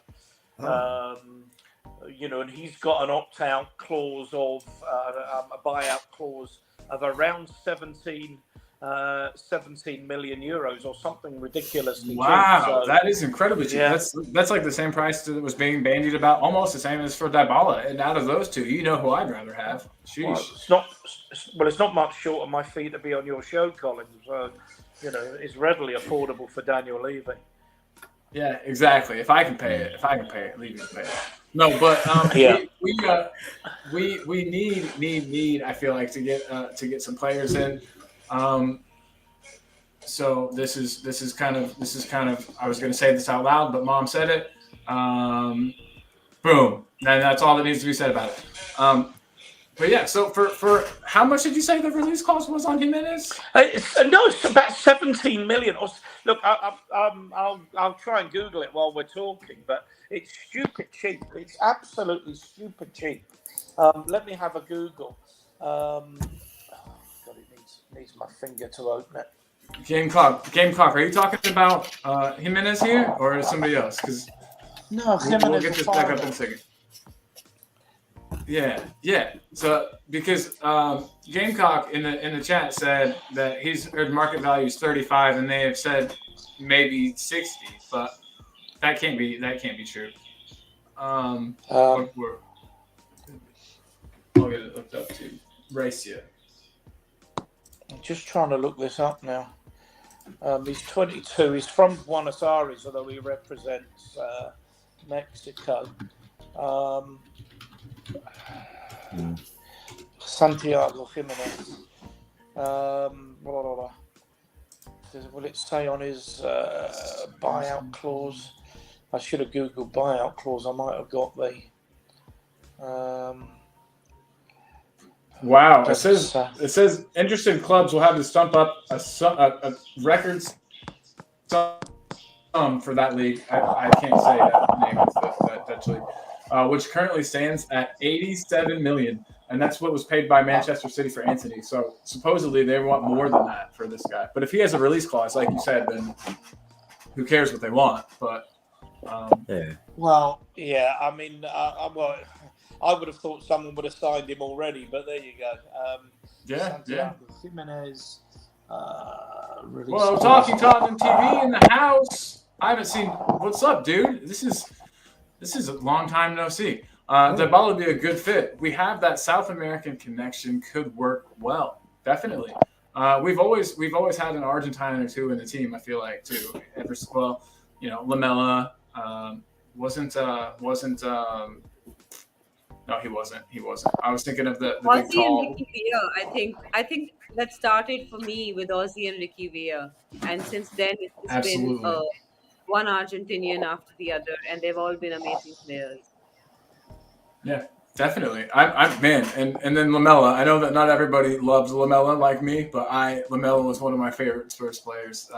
He just was not afraid to throw an elbow or you know what I mean. He was a wild dude. I do miss Lamela, but we're getting a little bit of that shithouse back from Lo Celso. What do you guys? I know it's literally like of zero value. It doesn't matter at all. But what do you guys think that Lo Celso said to the dude as he was walking off? I guess this would have been 2 matches ago, right? But do you remember there was the big controversy whenever I think it was a Brazilian player walking off the pitch, and Lo Celso goes over like he's going to say something nice, and he whispers in his ear, and then it kind of like everything kind of erupted a bit. Yeah. I love that. I love that. Argentinians are feisty. Yeah, and Feisty's good. I know that Mourinho wanted us to be intelligent. See you next Tuesdays. Yeah. And Lamela was the perfect player for that. Lamela was absolutely the perfect player for that. I don't know. Would you guys? Yes, Jason Bell is with me on Lamela. Thank God. Not everybody is. So big up, Jason Bell. You've gone into my good books. Do you guys shit for brains? That's not you or Jason. That's Lamela. That's my only comment on it. Shit for brains. I thought he was good. I really liked him, and he was good to come on at the end of the game when we needed like a spark, that. He was never. I don't think a starter quality for us. Never came in and was that Bale replacement he was touted to be, but the way that he stepped on Cesc Fabregas's hand in the battle at the bridge, that was pretty sweet. He might well have been a good player under Anderson. That's a very good point. Yeah. Yep. Yeah, I like the energy he brought to the team. There was that little bit of extra bite to the team with him there. Especially, you remember the United game where we won simply because United had a player sent off because of Eric Ramela's sort of like antics. And so I kind of appreciated that about him, but he just wasn't good enough. Like he was never going to be that Bale replacement. There was too much expectation on him. But he connected with the Spurs fans on like a visceral level in which it wasn't even about the way he played. I think it's the same with Emerson Royal, where so many of us think Emerson Royal is crap, but he's just such a wonderful person, and we love his energy so much. And the Rabona goals, those Rabonas were pretty sick, especially one against Arsenal where he got red carded like right after. Woo! He got Puskas for that, didn't he? Wow. Yeah, he did. He sure did. And Sean, I'm not sure if the Puskas Award is like goal of the year, like as voted by who votes on that? Do other players vote on that? So it's like a team building thing. Yeah, but it's out of the whole, out of all football, all. Okay. It's like best goal of the season or year. I think it's calendar year. But and I didn't know this, but apparently there was more Lo Celso action against Bournemouth, which I didn't hear. But Mom says that according to Ali Gold, that was just Lo Celso explaining to the Bournemouth bench about what was wrong with Villiers. And so yeah. Also looked like Postecoglou was going to chin someone. Yeah, actually, I made a reel about it as well. I thought he was just gonna punch somebody out. But I have to say about the Puskas Award, it used to be decided by fans, like by popular vote. But then in 2018 or 19 or something, I don't remember when. I think 19. Salah got the Puskas Award in like this really contentious, controversial sort of thing because he was just so popular, like in Africa. And so they decided to make it like a pundit thing where a selected pundit would vote for the Puskas. Interesting. That's cool. So whenever Lo Celso won it, then it was probably pundits that awarded it to him. I was trying to find out what year that was, but that's Lamela won it. Yeah. Sweet. Lamela is the man. We've had multiple players win the award, Sean. Sonny's won it as well. So wow. Yeah, dude. Sonny's goal was pretty sick too. Not gonna lie, he took the ball from like our own goal and dribbled it through all of the Bournemouth players. No wait, that was Burnley. All of the Burnley players, and then scored a sick goal. Hopefully he can. Oh wait, he's not gonna be there. I know. No, it's okay. It's okay. We got plenty to do with that. But Sean, if you're ever feeling unhappy in life, just Google Sunny Goal versus Burnley, and you will feel better about yourself and about your club. It's just one of those goals, Yeah, I'll send you the link after this. It's beautiful. You can just Google it right now if you want. Sunny versus Burnley. I'm into this. So. But Jason Bell said that, and said they were just wishing each other Happy New Year, making some resolutions. They weren't fighting. They were just talking. Love it. Big Ange was pissed. Ali said he was being held back by like 3 guys. He said Johnson was nervous, laughing. Yeah, 100%. It's. I wouldn't want to get in a fight with Big Ange. I think that Big Ange, and why can't I think of the Burnley's old coach? What's his name? He coaches at. We just played him. Sean Dyche. Sean Dyche. I think Sean Dyche would be the only Premier League manager that could be a match in a physical fight with Big Ange. I think they'd be friends probably though. I think they would get along perfectly. Yeah, perfectly. I think Arteta would be on the floor before the fight began. Definitely. Colin showed me this video of Big Ange as a younger man, and I mean, he looked like he was gonna reach to a TV screen and punch a newscaster in that video. Oh yeah, that big argument thing that happened when they were trying to tell him he should resign, and he was like, "What?" I can't do an accent, so I'm gonna stop. But we have another wonderful question from Eltel Cockrell, who is making dinner for his family, being a wonderful dad and husband. But he says, if the Saudis make a bid in excess of 50 mil for Richie, what would you do? And I'll start with Sean. Since he's getting back into form, it's tough. Yeah. Oh, man. 5 goals in 5 games. That's a tough one. I mean, 50 million is a lot, but yeah, I can say I can skip you and come back if you want. Yeah. We'll come back to Sean. Lee, are you good? You want to grab this one? Richie's hard. A lot of people give Richie a lot of slack. I mean, I know last season he wasn't very good. I know he's missing sitters. I've looked on his stats. The most goals he scored in a season is 13. And I mean, now, after 17 games, he's nearly there halfway. Yeah. So I think we just need to... I think there's a player in Richie, so I'm totally honest. I think there is. Yeah, he just needs to sitters that he can clearly score. I don't understand why he's missing them, but maybe he's overthinking it. I don't know, but I definitely think there's goals and a player in there.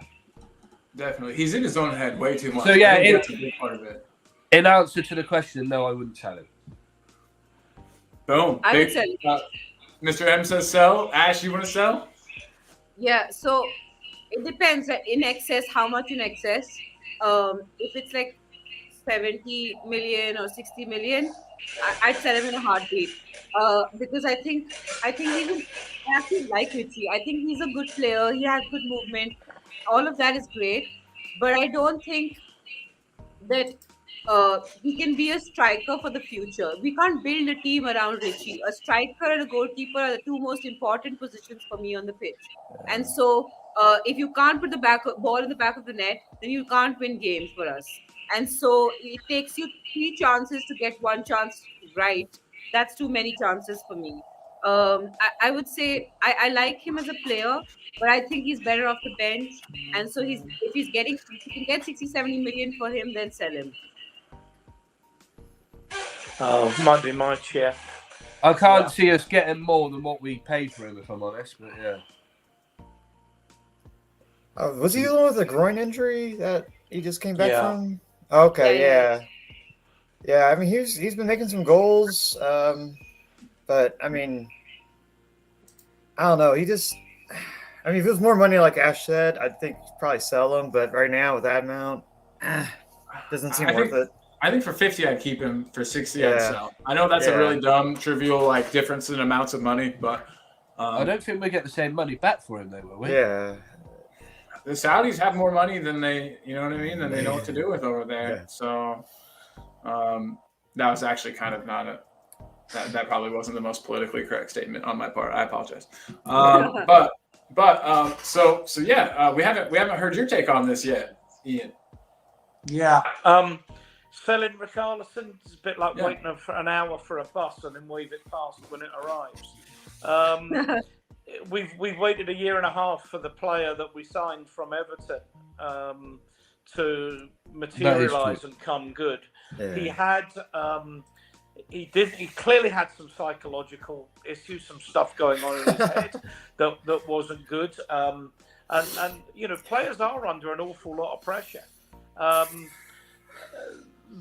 The other thing is and it's maybe an indictment of our medical team that he went. I can't remember where he went now, but he went abroad to get an issue fixed on his groin or his hamstring, which didn't seem to take that long, and he's come back sharp.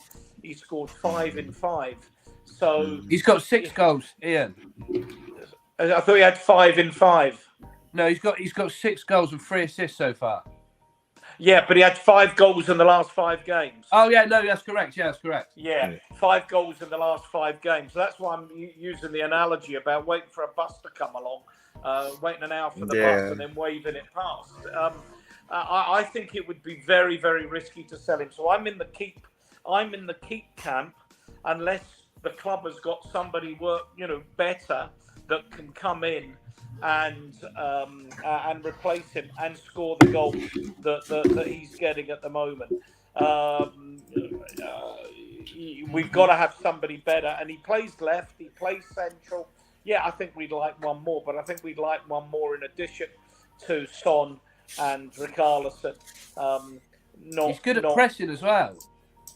And his hold-up play is not that bad. I think he's got really, really, really good attitude. Really good attitude. I remember somebody saying he works hard. As I say, be careful what you wish for. Absolutely be careful what you wish for. The devil you know is sometimes better than the devil you don't. That's for sure. Yeah. Unless you've got somebody lined up, a proper, decent class. This is an international forward for bloody Brazil, for Christ's sake. So unless you've got somebody better to come in and do the job, I'm for keeping him. Jason Bell says the same thing. Yeah, exactly the same. Yeah, Charles until the summer. Yeah. And talking Bruce says, unfortunately, I don't think Richie is good enough to start for Tottenham Hotspur. By far the greatest football club ever. Yeah, I mean, when you're coming in to replace Harry Kane, it's always going to be tough. It's always going to be tough. But Richarlison had even said something to the effect of he didn't trust his body, and didn't trust himself to take a shot, at full power or full strength. I think we're seeing that now. I think we're seeing him kind of coming back and learning to trust his body a bit more. You guys, I mean, even after small injuries, I really messed up my shoulder, and even though the doctors have said that it's totally good to go, I'm good. I'm not in any danger. Every time that I have to use my arm for anything, it scares me, and I'm worried I'm gonna like pull or damage one of my ligaments again, or hurt Yeah, something. And so yeah, honestly, I had a motorcycle accident when I was like 19 or something, and I had like multiple my knee MCL sort of gave out, and Oh. honestly, Oh. even now, like when especially when it's cold and stuff, I have to like think about like physio and these type of things. So injuries, the body remembers injuries, So I genuinely think our medical team can do better with these injuries. I don't like to see our players playing with the pain. No. Is there some sort of feedback? I'm hearing some feedback. I can hear myself back. you hear Um, yourself. I certainly think Okay. he's earned the right to play for the rest of the season before we take any decisions. Let's see if he can keep this run of form. Now he's fit and with not making excuses. Let's give him the rest of the season to see what he can do. Ash, the fact that you had a motorcycle accident makes you a total badass. So that is Yeah, that is the no, most I still badass. own that motorcycle and I still ride it. It's a Oh. Royal Enfield Thunderbird, which is the Royal Enfield is the best motorcycle on the planet, and I love it so much. That is so cool. I had no Yeah. idea you were a motorcycle rider. But guys, we have a legend in the house too. It's Jacob from the United Spurs of America. What up? Course. Just wanted to say big up to Jacob. He is here. Everyone is saying big up to Jacob. He's a popular figure around these parts, bringing his immaculate vibes to all of YouTube. Big up, Jacob. Everyone's saying hey, and he's saying big up to the chat. Happy Tuesday. Hope to see Dragiston in by the end of the week. We're hoping. Yeah. We need him by Thursday night so he can play against Burnley. If we don't register him by Thursday, we can't play against Burnley. So here's hoping. Yeah. And are you guys like me that you think with most players you would have to kind of like get them used to the team and get them used to the way that I wish I was. All of us. Yeah. I wish I was too. But you guys, so normally with a player, you have to like bed them in. They've got to practice with the team quite a few times to get, to get up to speed. But with a defender, it's a little bit different. You think we kind of just chuck him in there and he'll do all right? Or is that dangerous? You guys think? I'll start with Ian. Do you think it's a bad idea to throw a defender in? No, I think a player with that he's. I mean, I know he's still relatively young, but he's obviously blessed with a lot of ability. No, I think you've got to see what he can do. Not least of which he might be asked to start against Manchester United 9 days later, depending upon what the story is with Romero and Van der Ven. So. And no, I would take the chance. I would absolutely take the chance. People are talking about playing Dorrington. Now, granted, they've been training with the squad for the whole of the season. But if you're bringing in an international quality player, no, I would probably play him. But I have total faith in the manager, and if he says, "No, I'm going to put him on the bench and maybe see if we can get a couple ahead and then bring him on," so be it. Absolutely, so be it. Yeah. I think defender is probably the position where it's most safe to just throw somebody in. Maybe even a goalkeeper, to be honest. But yeah.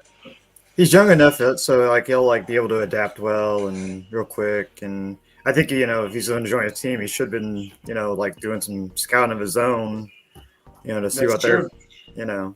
That's a good point, and I'm sure players do that. Sean, very good point. I hadn't really thought of, but before players come into a team, I'm sure they do tons of their own scouting and watching the teams play and watching the play style. So he's probably done his homework as well. Very good point, Sean, that I had not thought of at all.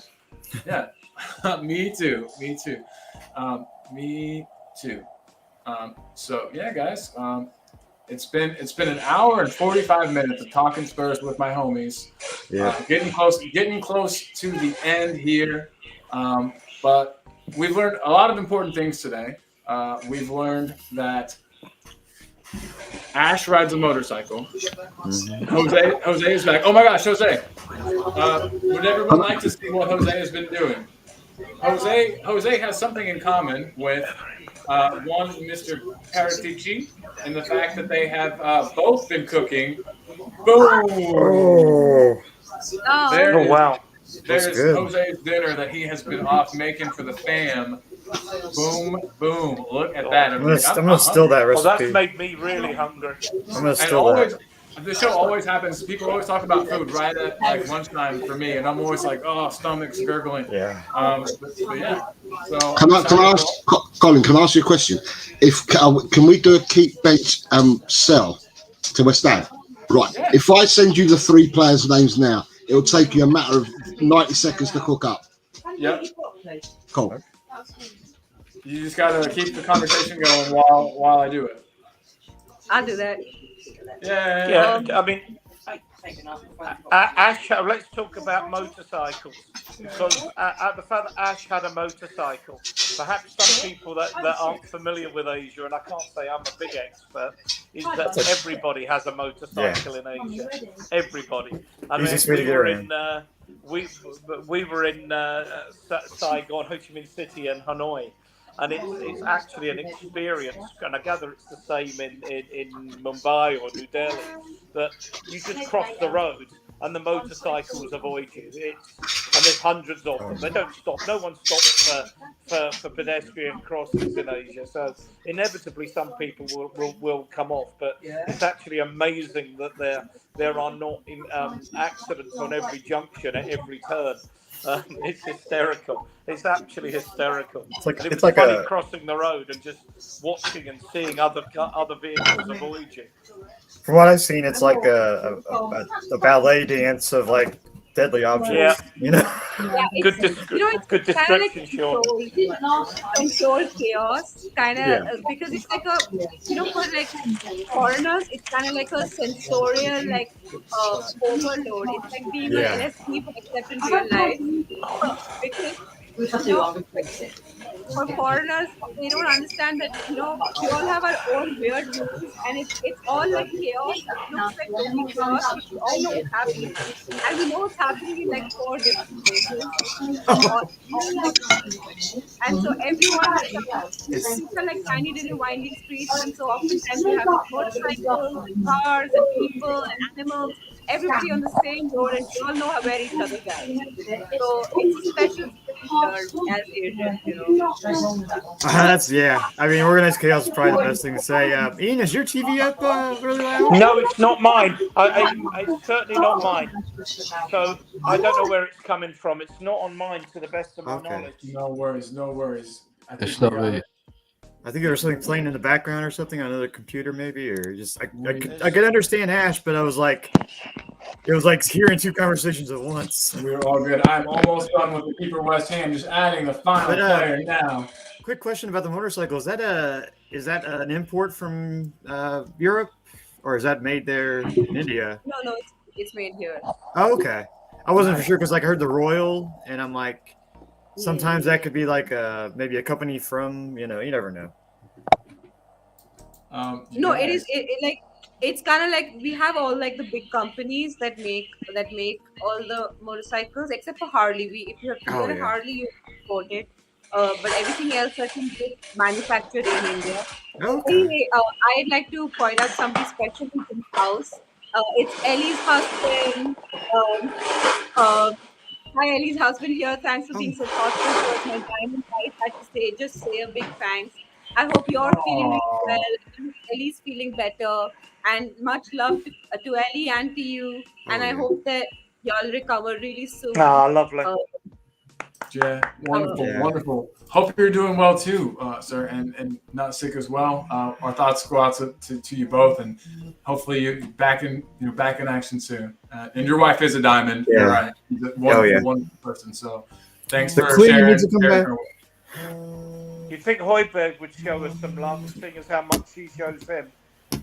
Can I just say that I've made this Keeping West Ham as hard as I possibly can for you all.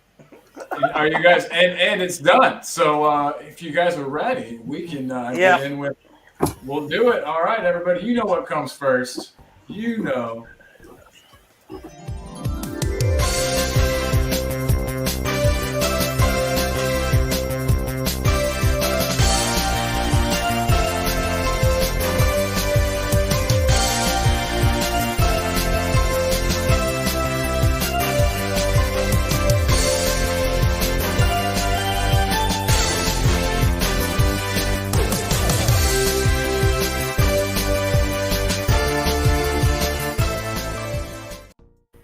Hey everybody, it's Colin, your host for Keeper West Ham, the internet's favorite Tottenham game show. Today, Jose put this together, so no one get mad at me. But here is today's Keeper West Ham. Keep, bench, sell.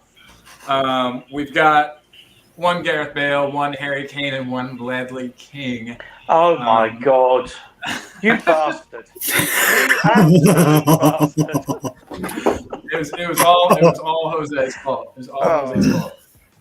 But yeah, I'm really excited to see what everybody picks here. Oh, heavens above! Exactly, it's going to be a good one, and this obviously goes out to everybody in the chat as well. Big up to everybody in the chat. We still have quite a few people watching. If you're watching and you haven't liked the video yet, please go ahead and smash the like button. We would appreciate that. Take your time in thinking about it, because this is a hard one. It is a really, really hard one. Donna Cohen, I don't know if it's me you're inviting to be best friends. Oh, no, it's Ellie. Okay, sorry. I was going to say, Donna, I'll be your best friend, but never mind. It wasn't me that you were asking. But big up Donna Cohen in the house. We've got all kinds of people. But yeah, Audio Artisan already has his answer. Already. And he says, keep Bale, bench Kane, and send Ledley. Whoa. That is not what I expected anybody to say, but cool. I love it when there's different opinions. Do you have a ladies first? Go on, let Ash go first. Yeah, I hate this feeling. I hate it. I keep headers simply because he's one of our own and he stayed and he's amazing. So let me keep. I would bench. Oh my God, this is so hard. I can't believe you're making me do this. But bench Bale because he's just special. I love Bale, and I can't send Harry Kane to West Ham. I can't believe I'm doing this. Why are y'all making me do this? But yeah, sell Kane to West Ham. What about Smithy? We'll go to you next, mate. Thanks. This is like being asked if you want. I'm not a massive fan of this game either. Given the electric chair or lethal injection, it really is that bad. Okay, I am keeping Harry. I'm keeping Harry. Nice. I am benching Bale because at the end of the day, Kane is our record scorer. He's spent up to now his entire career with us. Bale's best years, in all fairness, were at Real Madrid. And in fact, someone put on Twitter, when he retired, the best player ever to play for Tottenham. And I came back and said he's not even the best Welsh left winger to play for Tottenham. So I'm reluctantly going to bench Bale because of his match-winning abilities. And again, he's pretty injury prone. Ledley, I'm so sorry, mate. I love you to bits, but you have to go. Hey, I understand. Utterly brutal. Yeah. And think about how strong. In fact, Scott, if you wait long enough for that buff, it comes eventually. Scott and I actually agree with Scott for the first time in my YouTube career. I agree with Scott. Yeah. It would happen. It was going to happen sooner or later. So it happened. Yeah. It happened today. We'll mark it down. The second day of the year of 2024. Scott and Ian agreed. It has happened, everyone. But Mr. M says he's keeping King, benching Kane, and selling Bale. So we've asked everybody. Smithy, I don't think you've given yours though, right? No. I'm keeping Kane, benching Bale, selling Ledley. Reason? Yeah. Keeping Kane because he's probably one of the greatest I've ever seen of all time, and for what he's done here for Tottenham. Bench Bale because he's my favourite Tottenham player, to be fair, but I've seen play. I agree. Yeah, for sure. I get it. And unfortunately, I didn't want to send Ledley, but I have to. Who you were left with? Yeah. I get it. So Sean, I'm not sure if you're sure or if you're aware. So Ledley King was or is he's still alive? He's a ambassador of the club today, but he was like the best defender that Tottenham's ever seen. Came through the academy, captained the club. He had he had such a bad knee problem that like he didn't train. He did stuff in the pool by himself every week. After a match, his knee would balloon up to like twice the size it's supposed to be, and then he would take the next week to like let it go back to normal. It really cut his playing career short, but he spent his best years at Spurs. He's one of our own, and still considered by many to be like one of the best Spurs players. He played on one leg, and still strikers couldn't get past him. Damn. There's another clip I need to send you, Sean. Yeah. Well, I'm coming over here in a little while to help you, so we'll just connect on some of this stuff. I love learning about all this stuff, but exactly. I think I got my choices. Okay, what you got? Keep Kane because I hear like he's the greatest. Bench King and sell Bell. Boom. Yeah, it's almost impossible to argue against any choice because they're all so hard. Yeah. Like I can't blame anybody for what they're choosing because Jose's given us the hardest one I think yet. You know one thing, Colin? The word legend is so overused in describing footballers. Some very ordinary footballers get called legends, club legends. These three are legends in every shape of the word. 100%. Oh my gosh, guys! Mr. M has a hilarious answer. So King, so Bale, I'm so sorry. That's class. That's great. And Mr. M, I want some of whatever you got today. I don't know what it is, but send me some over, man. And Chris Peters is in the house. I just wanted to say what's up there, Chris. Let me get this off here. Hi, Chris. What's up, Chris? Chris has been a long time friend and supporter of the show. So big up, Chris. We appreciate you, mate. But Chris says Bale to West Ham because he was here for the shortest time. Kane to the bench and keep King for his loyalty. Boom. That's a good answer. Yeah. That's a good answer too. Lee's not gonna like it because Bale's his favorite player, but you know. It's a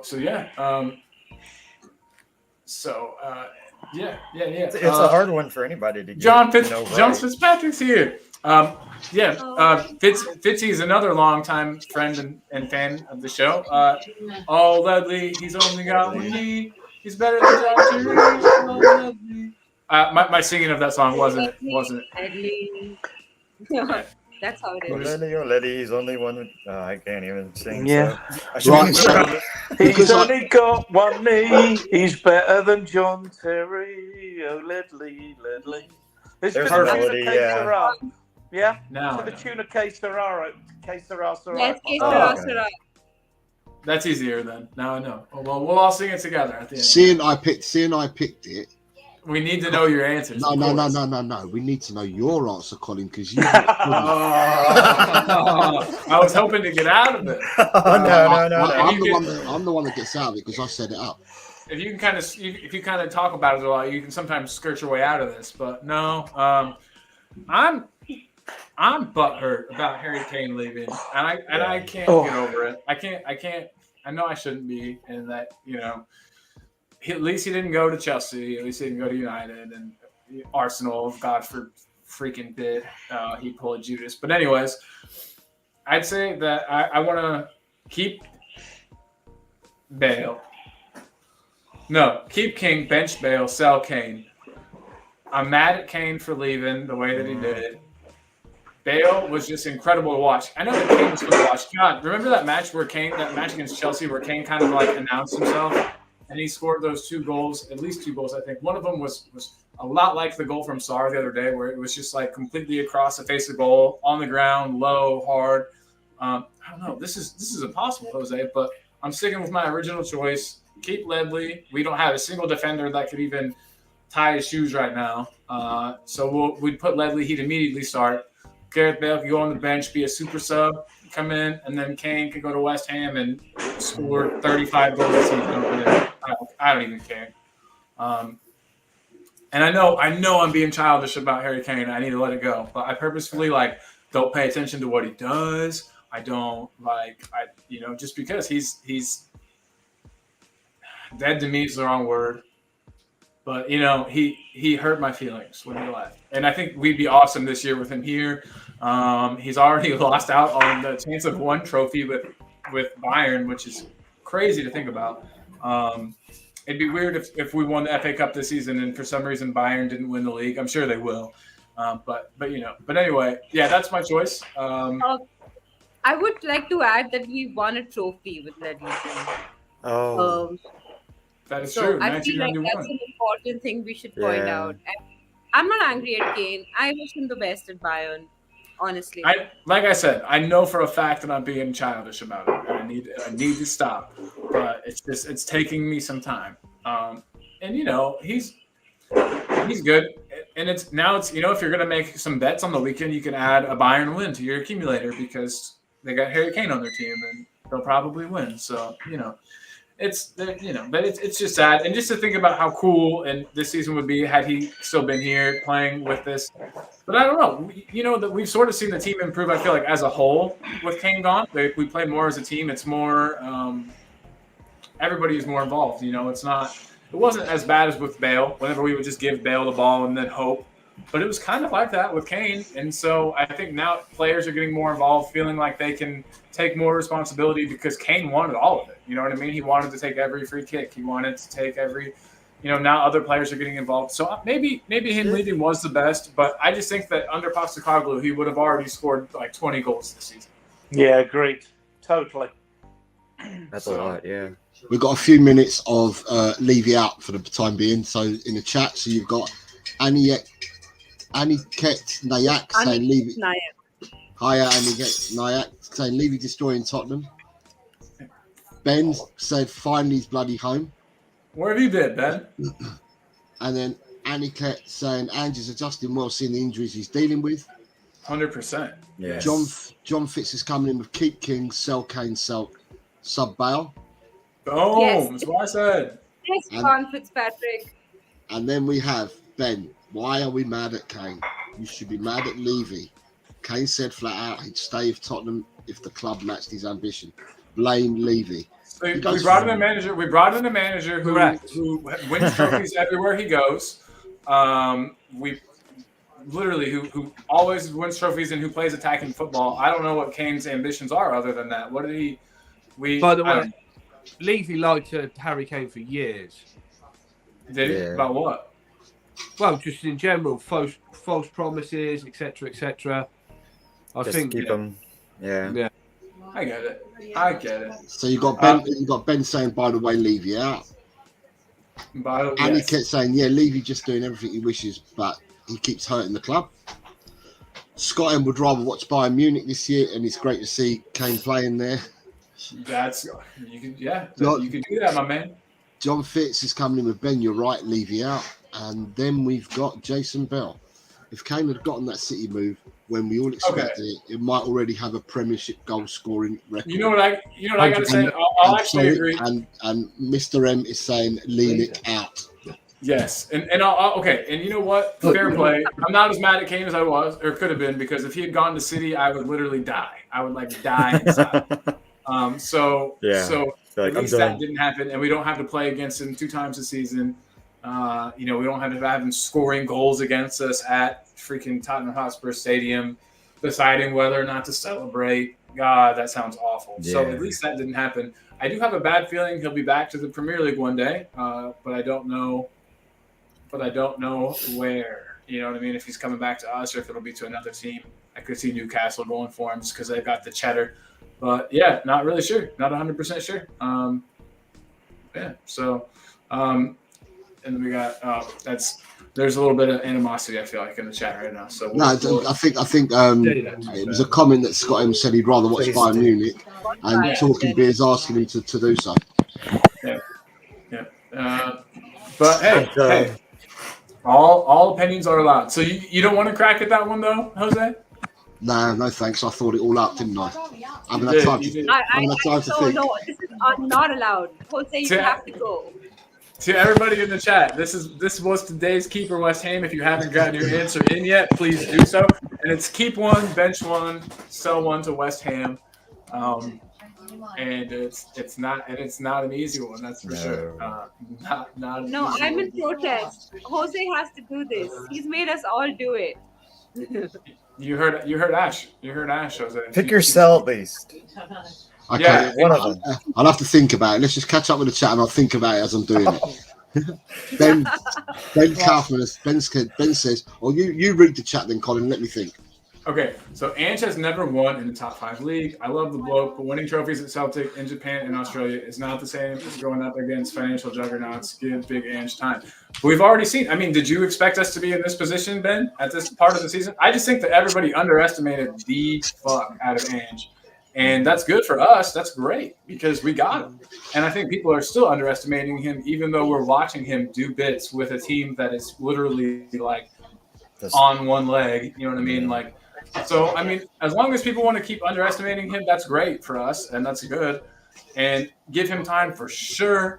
But, I mean, you can only win where you're playing.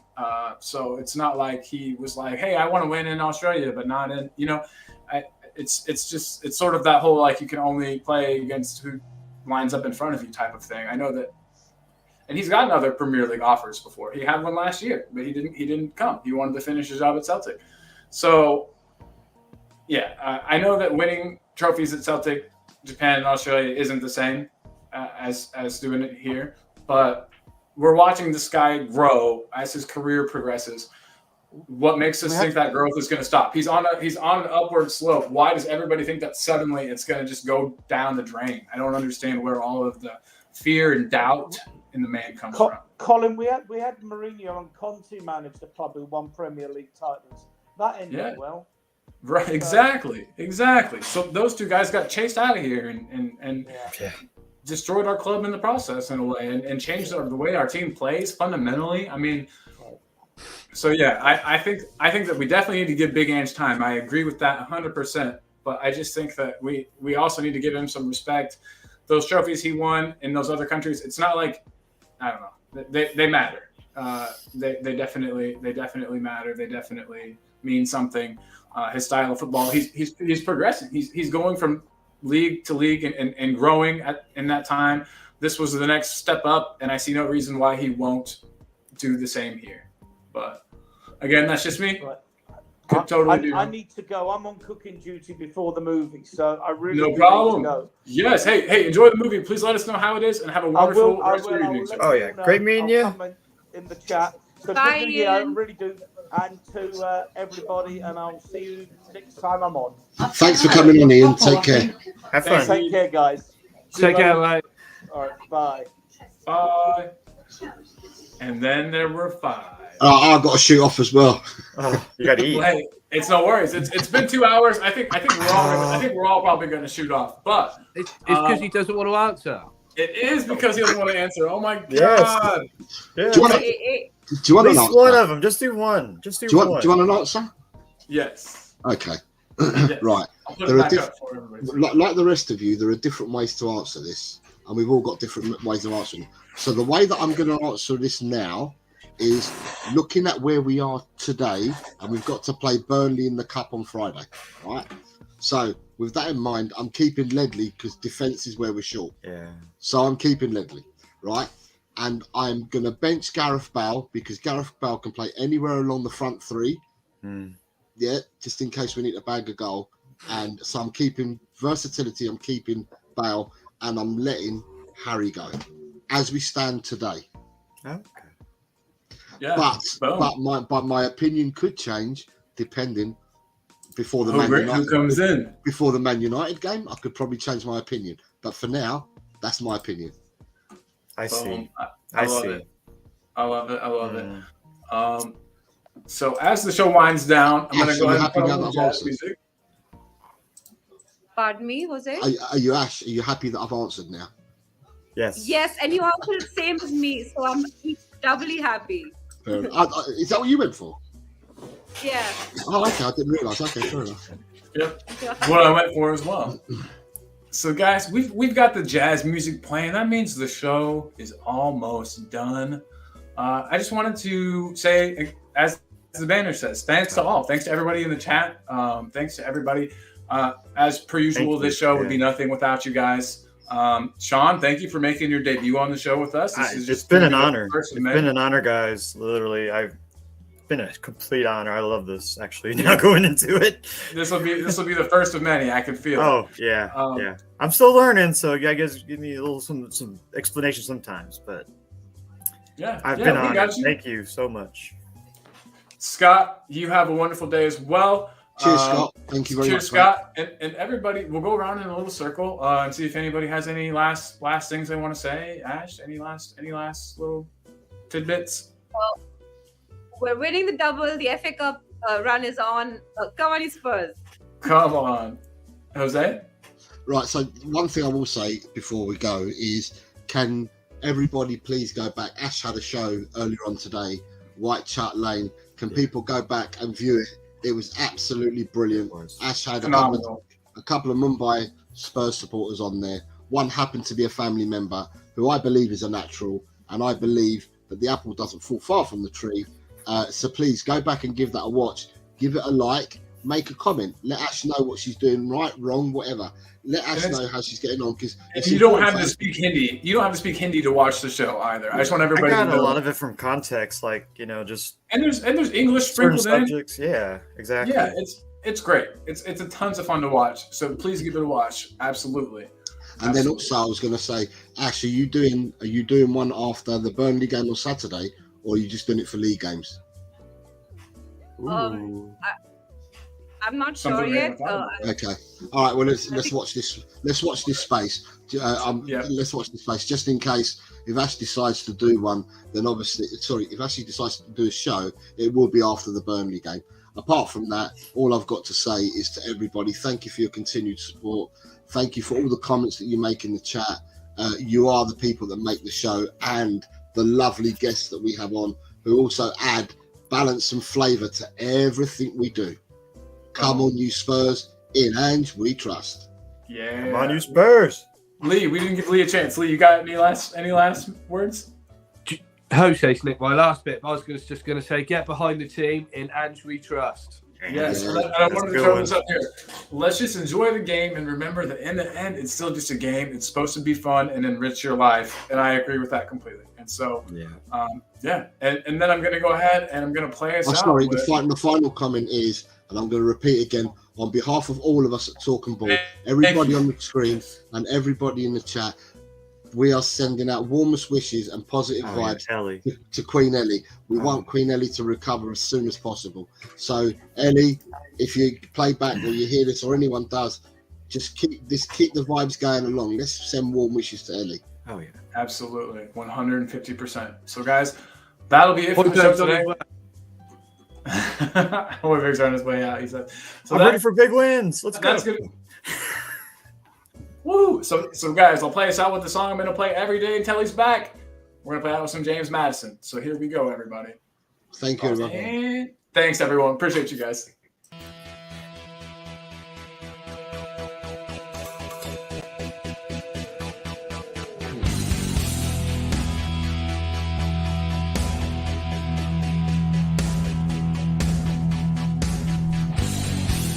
My team has got James Madison.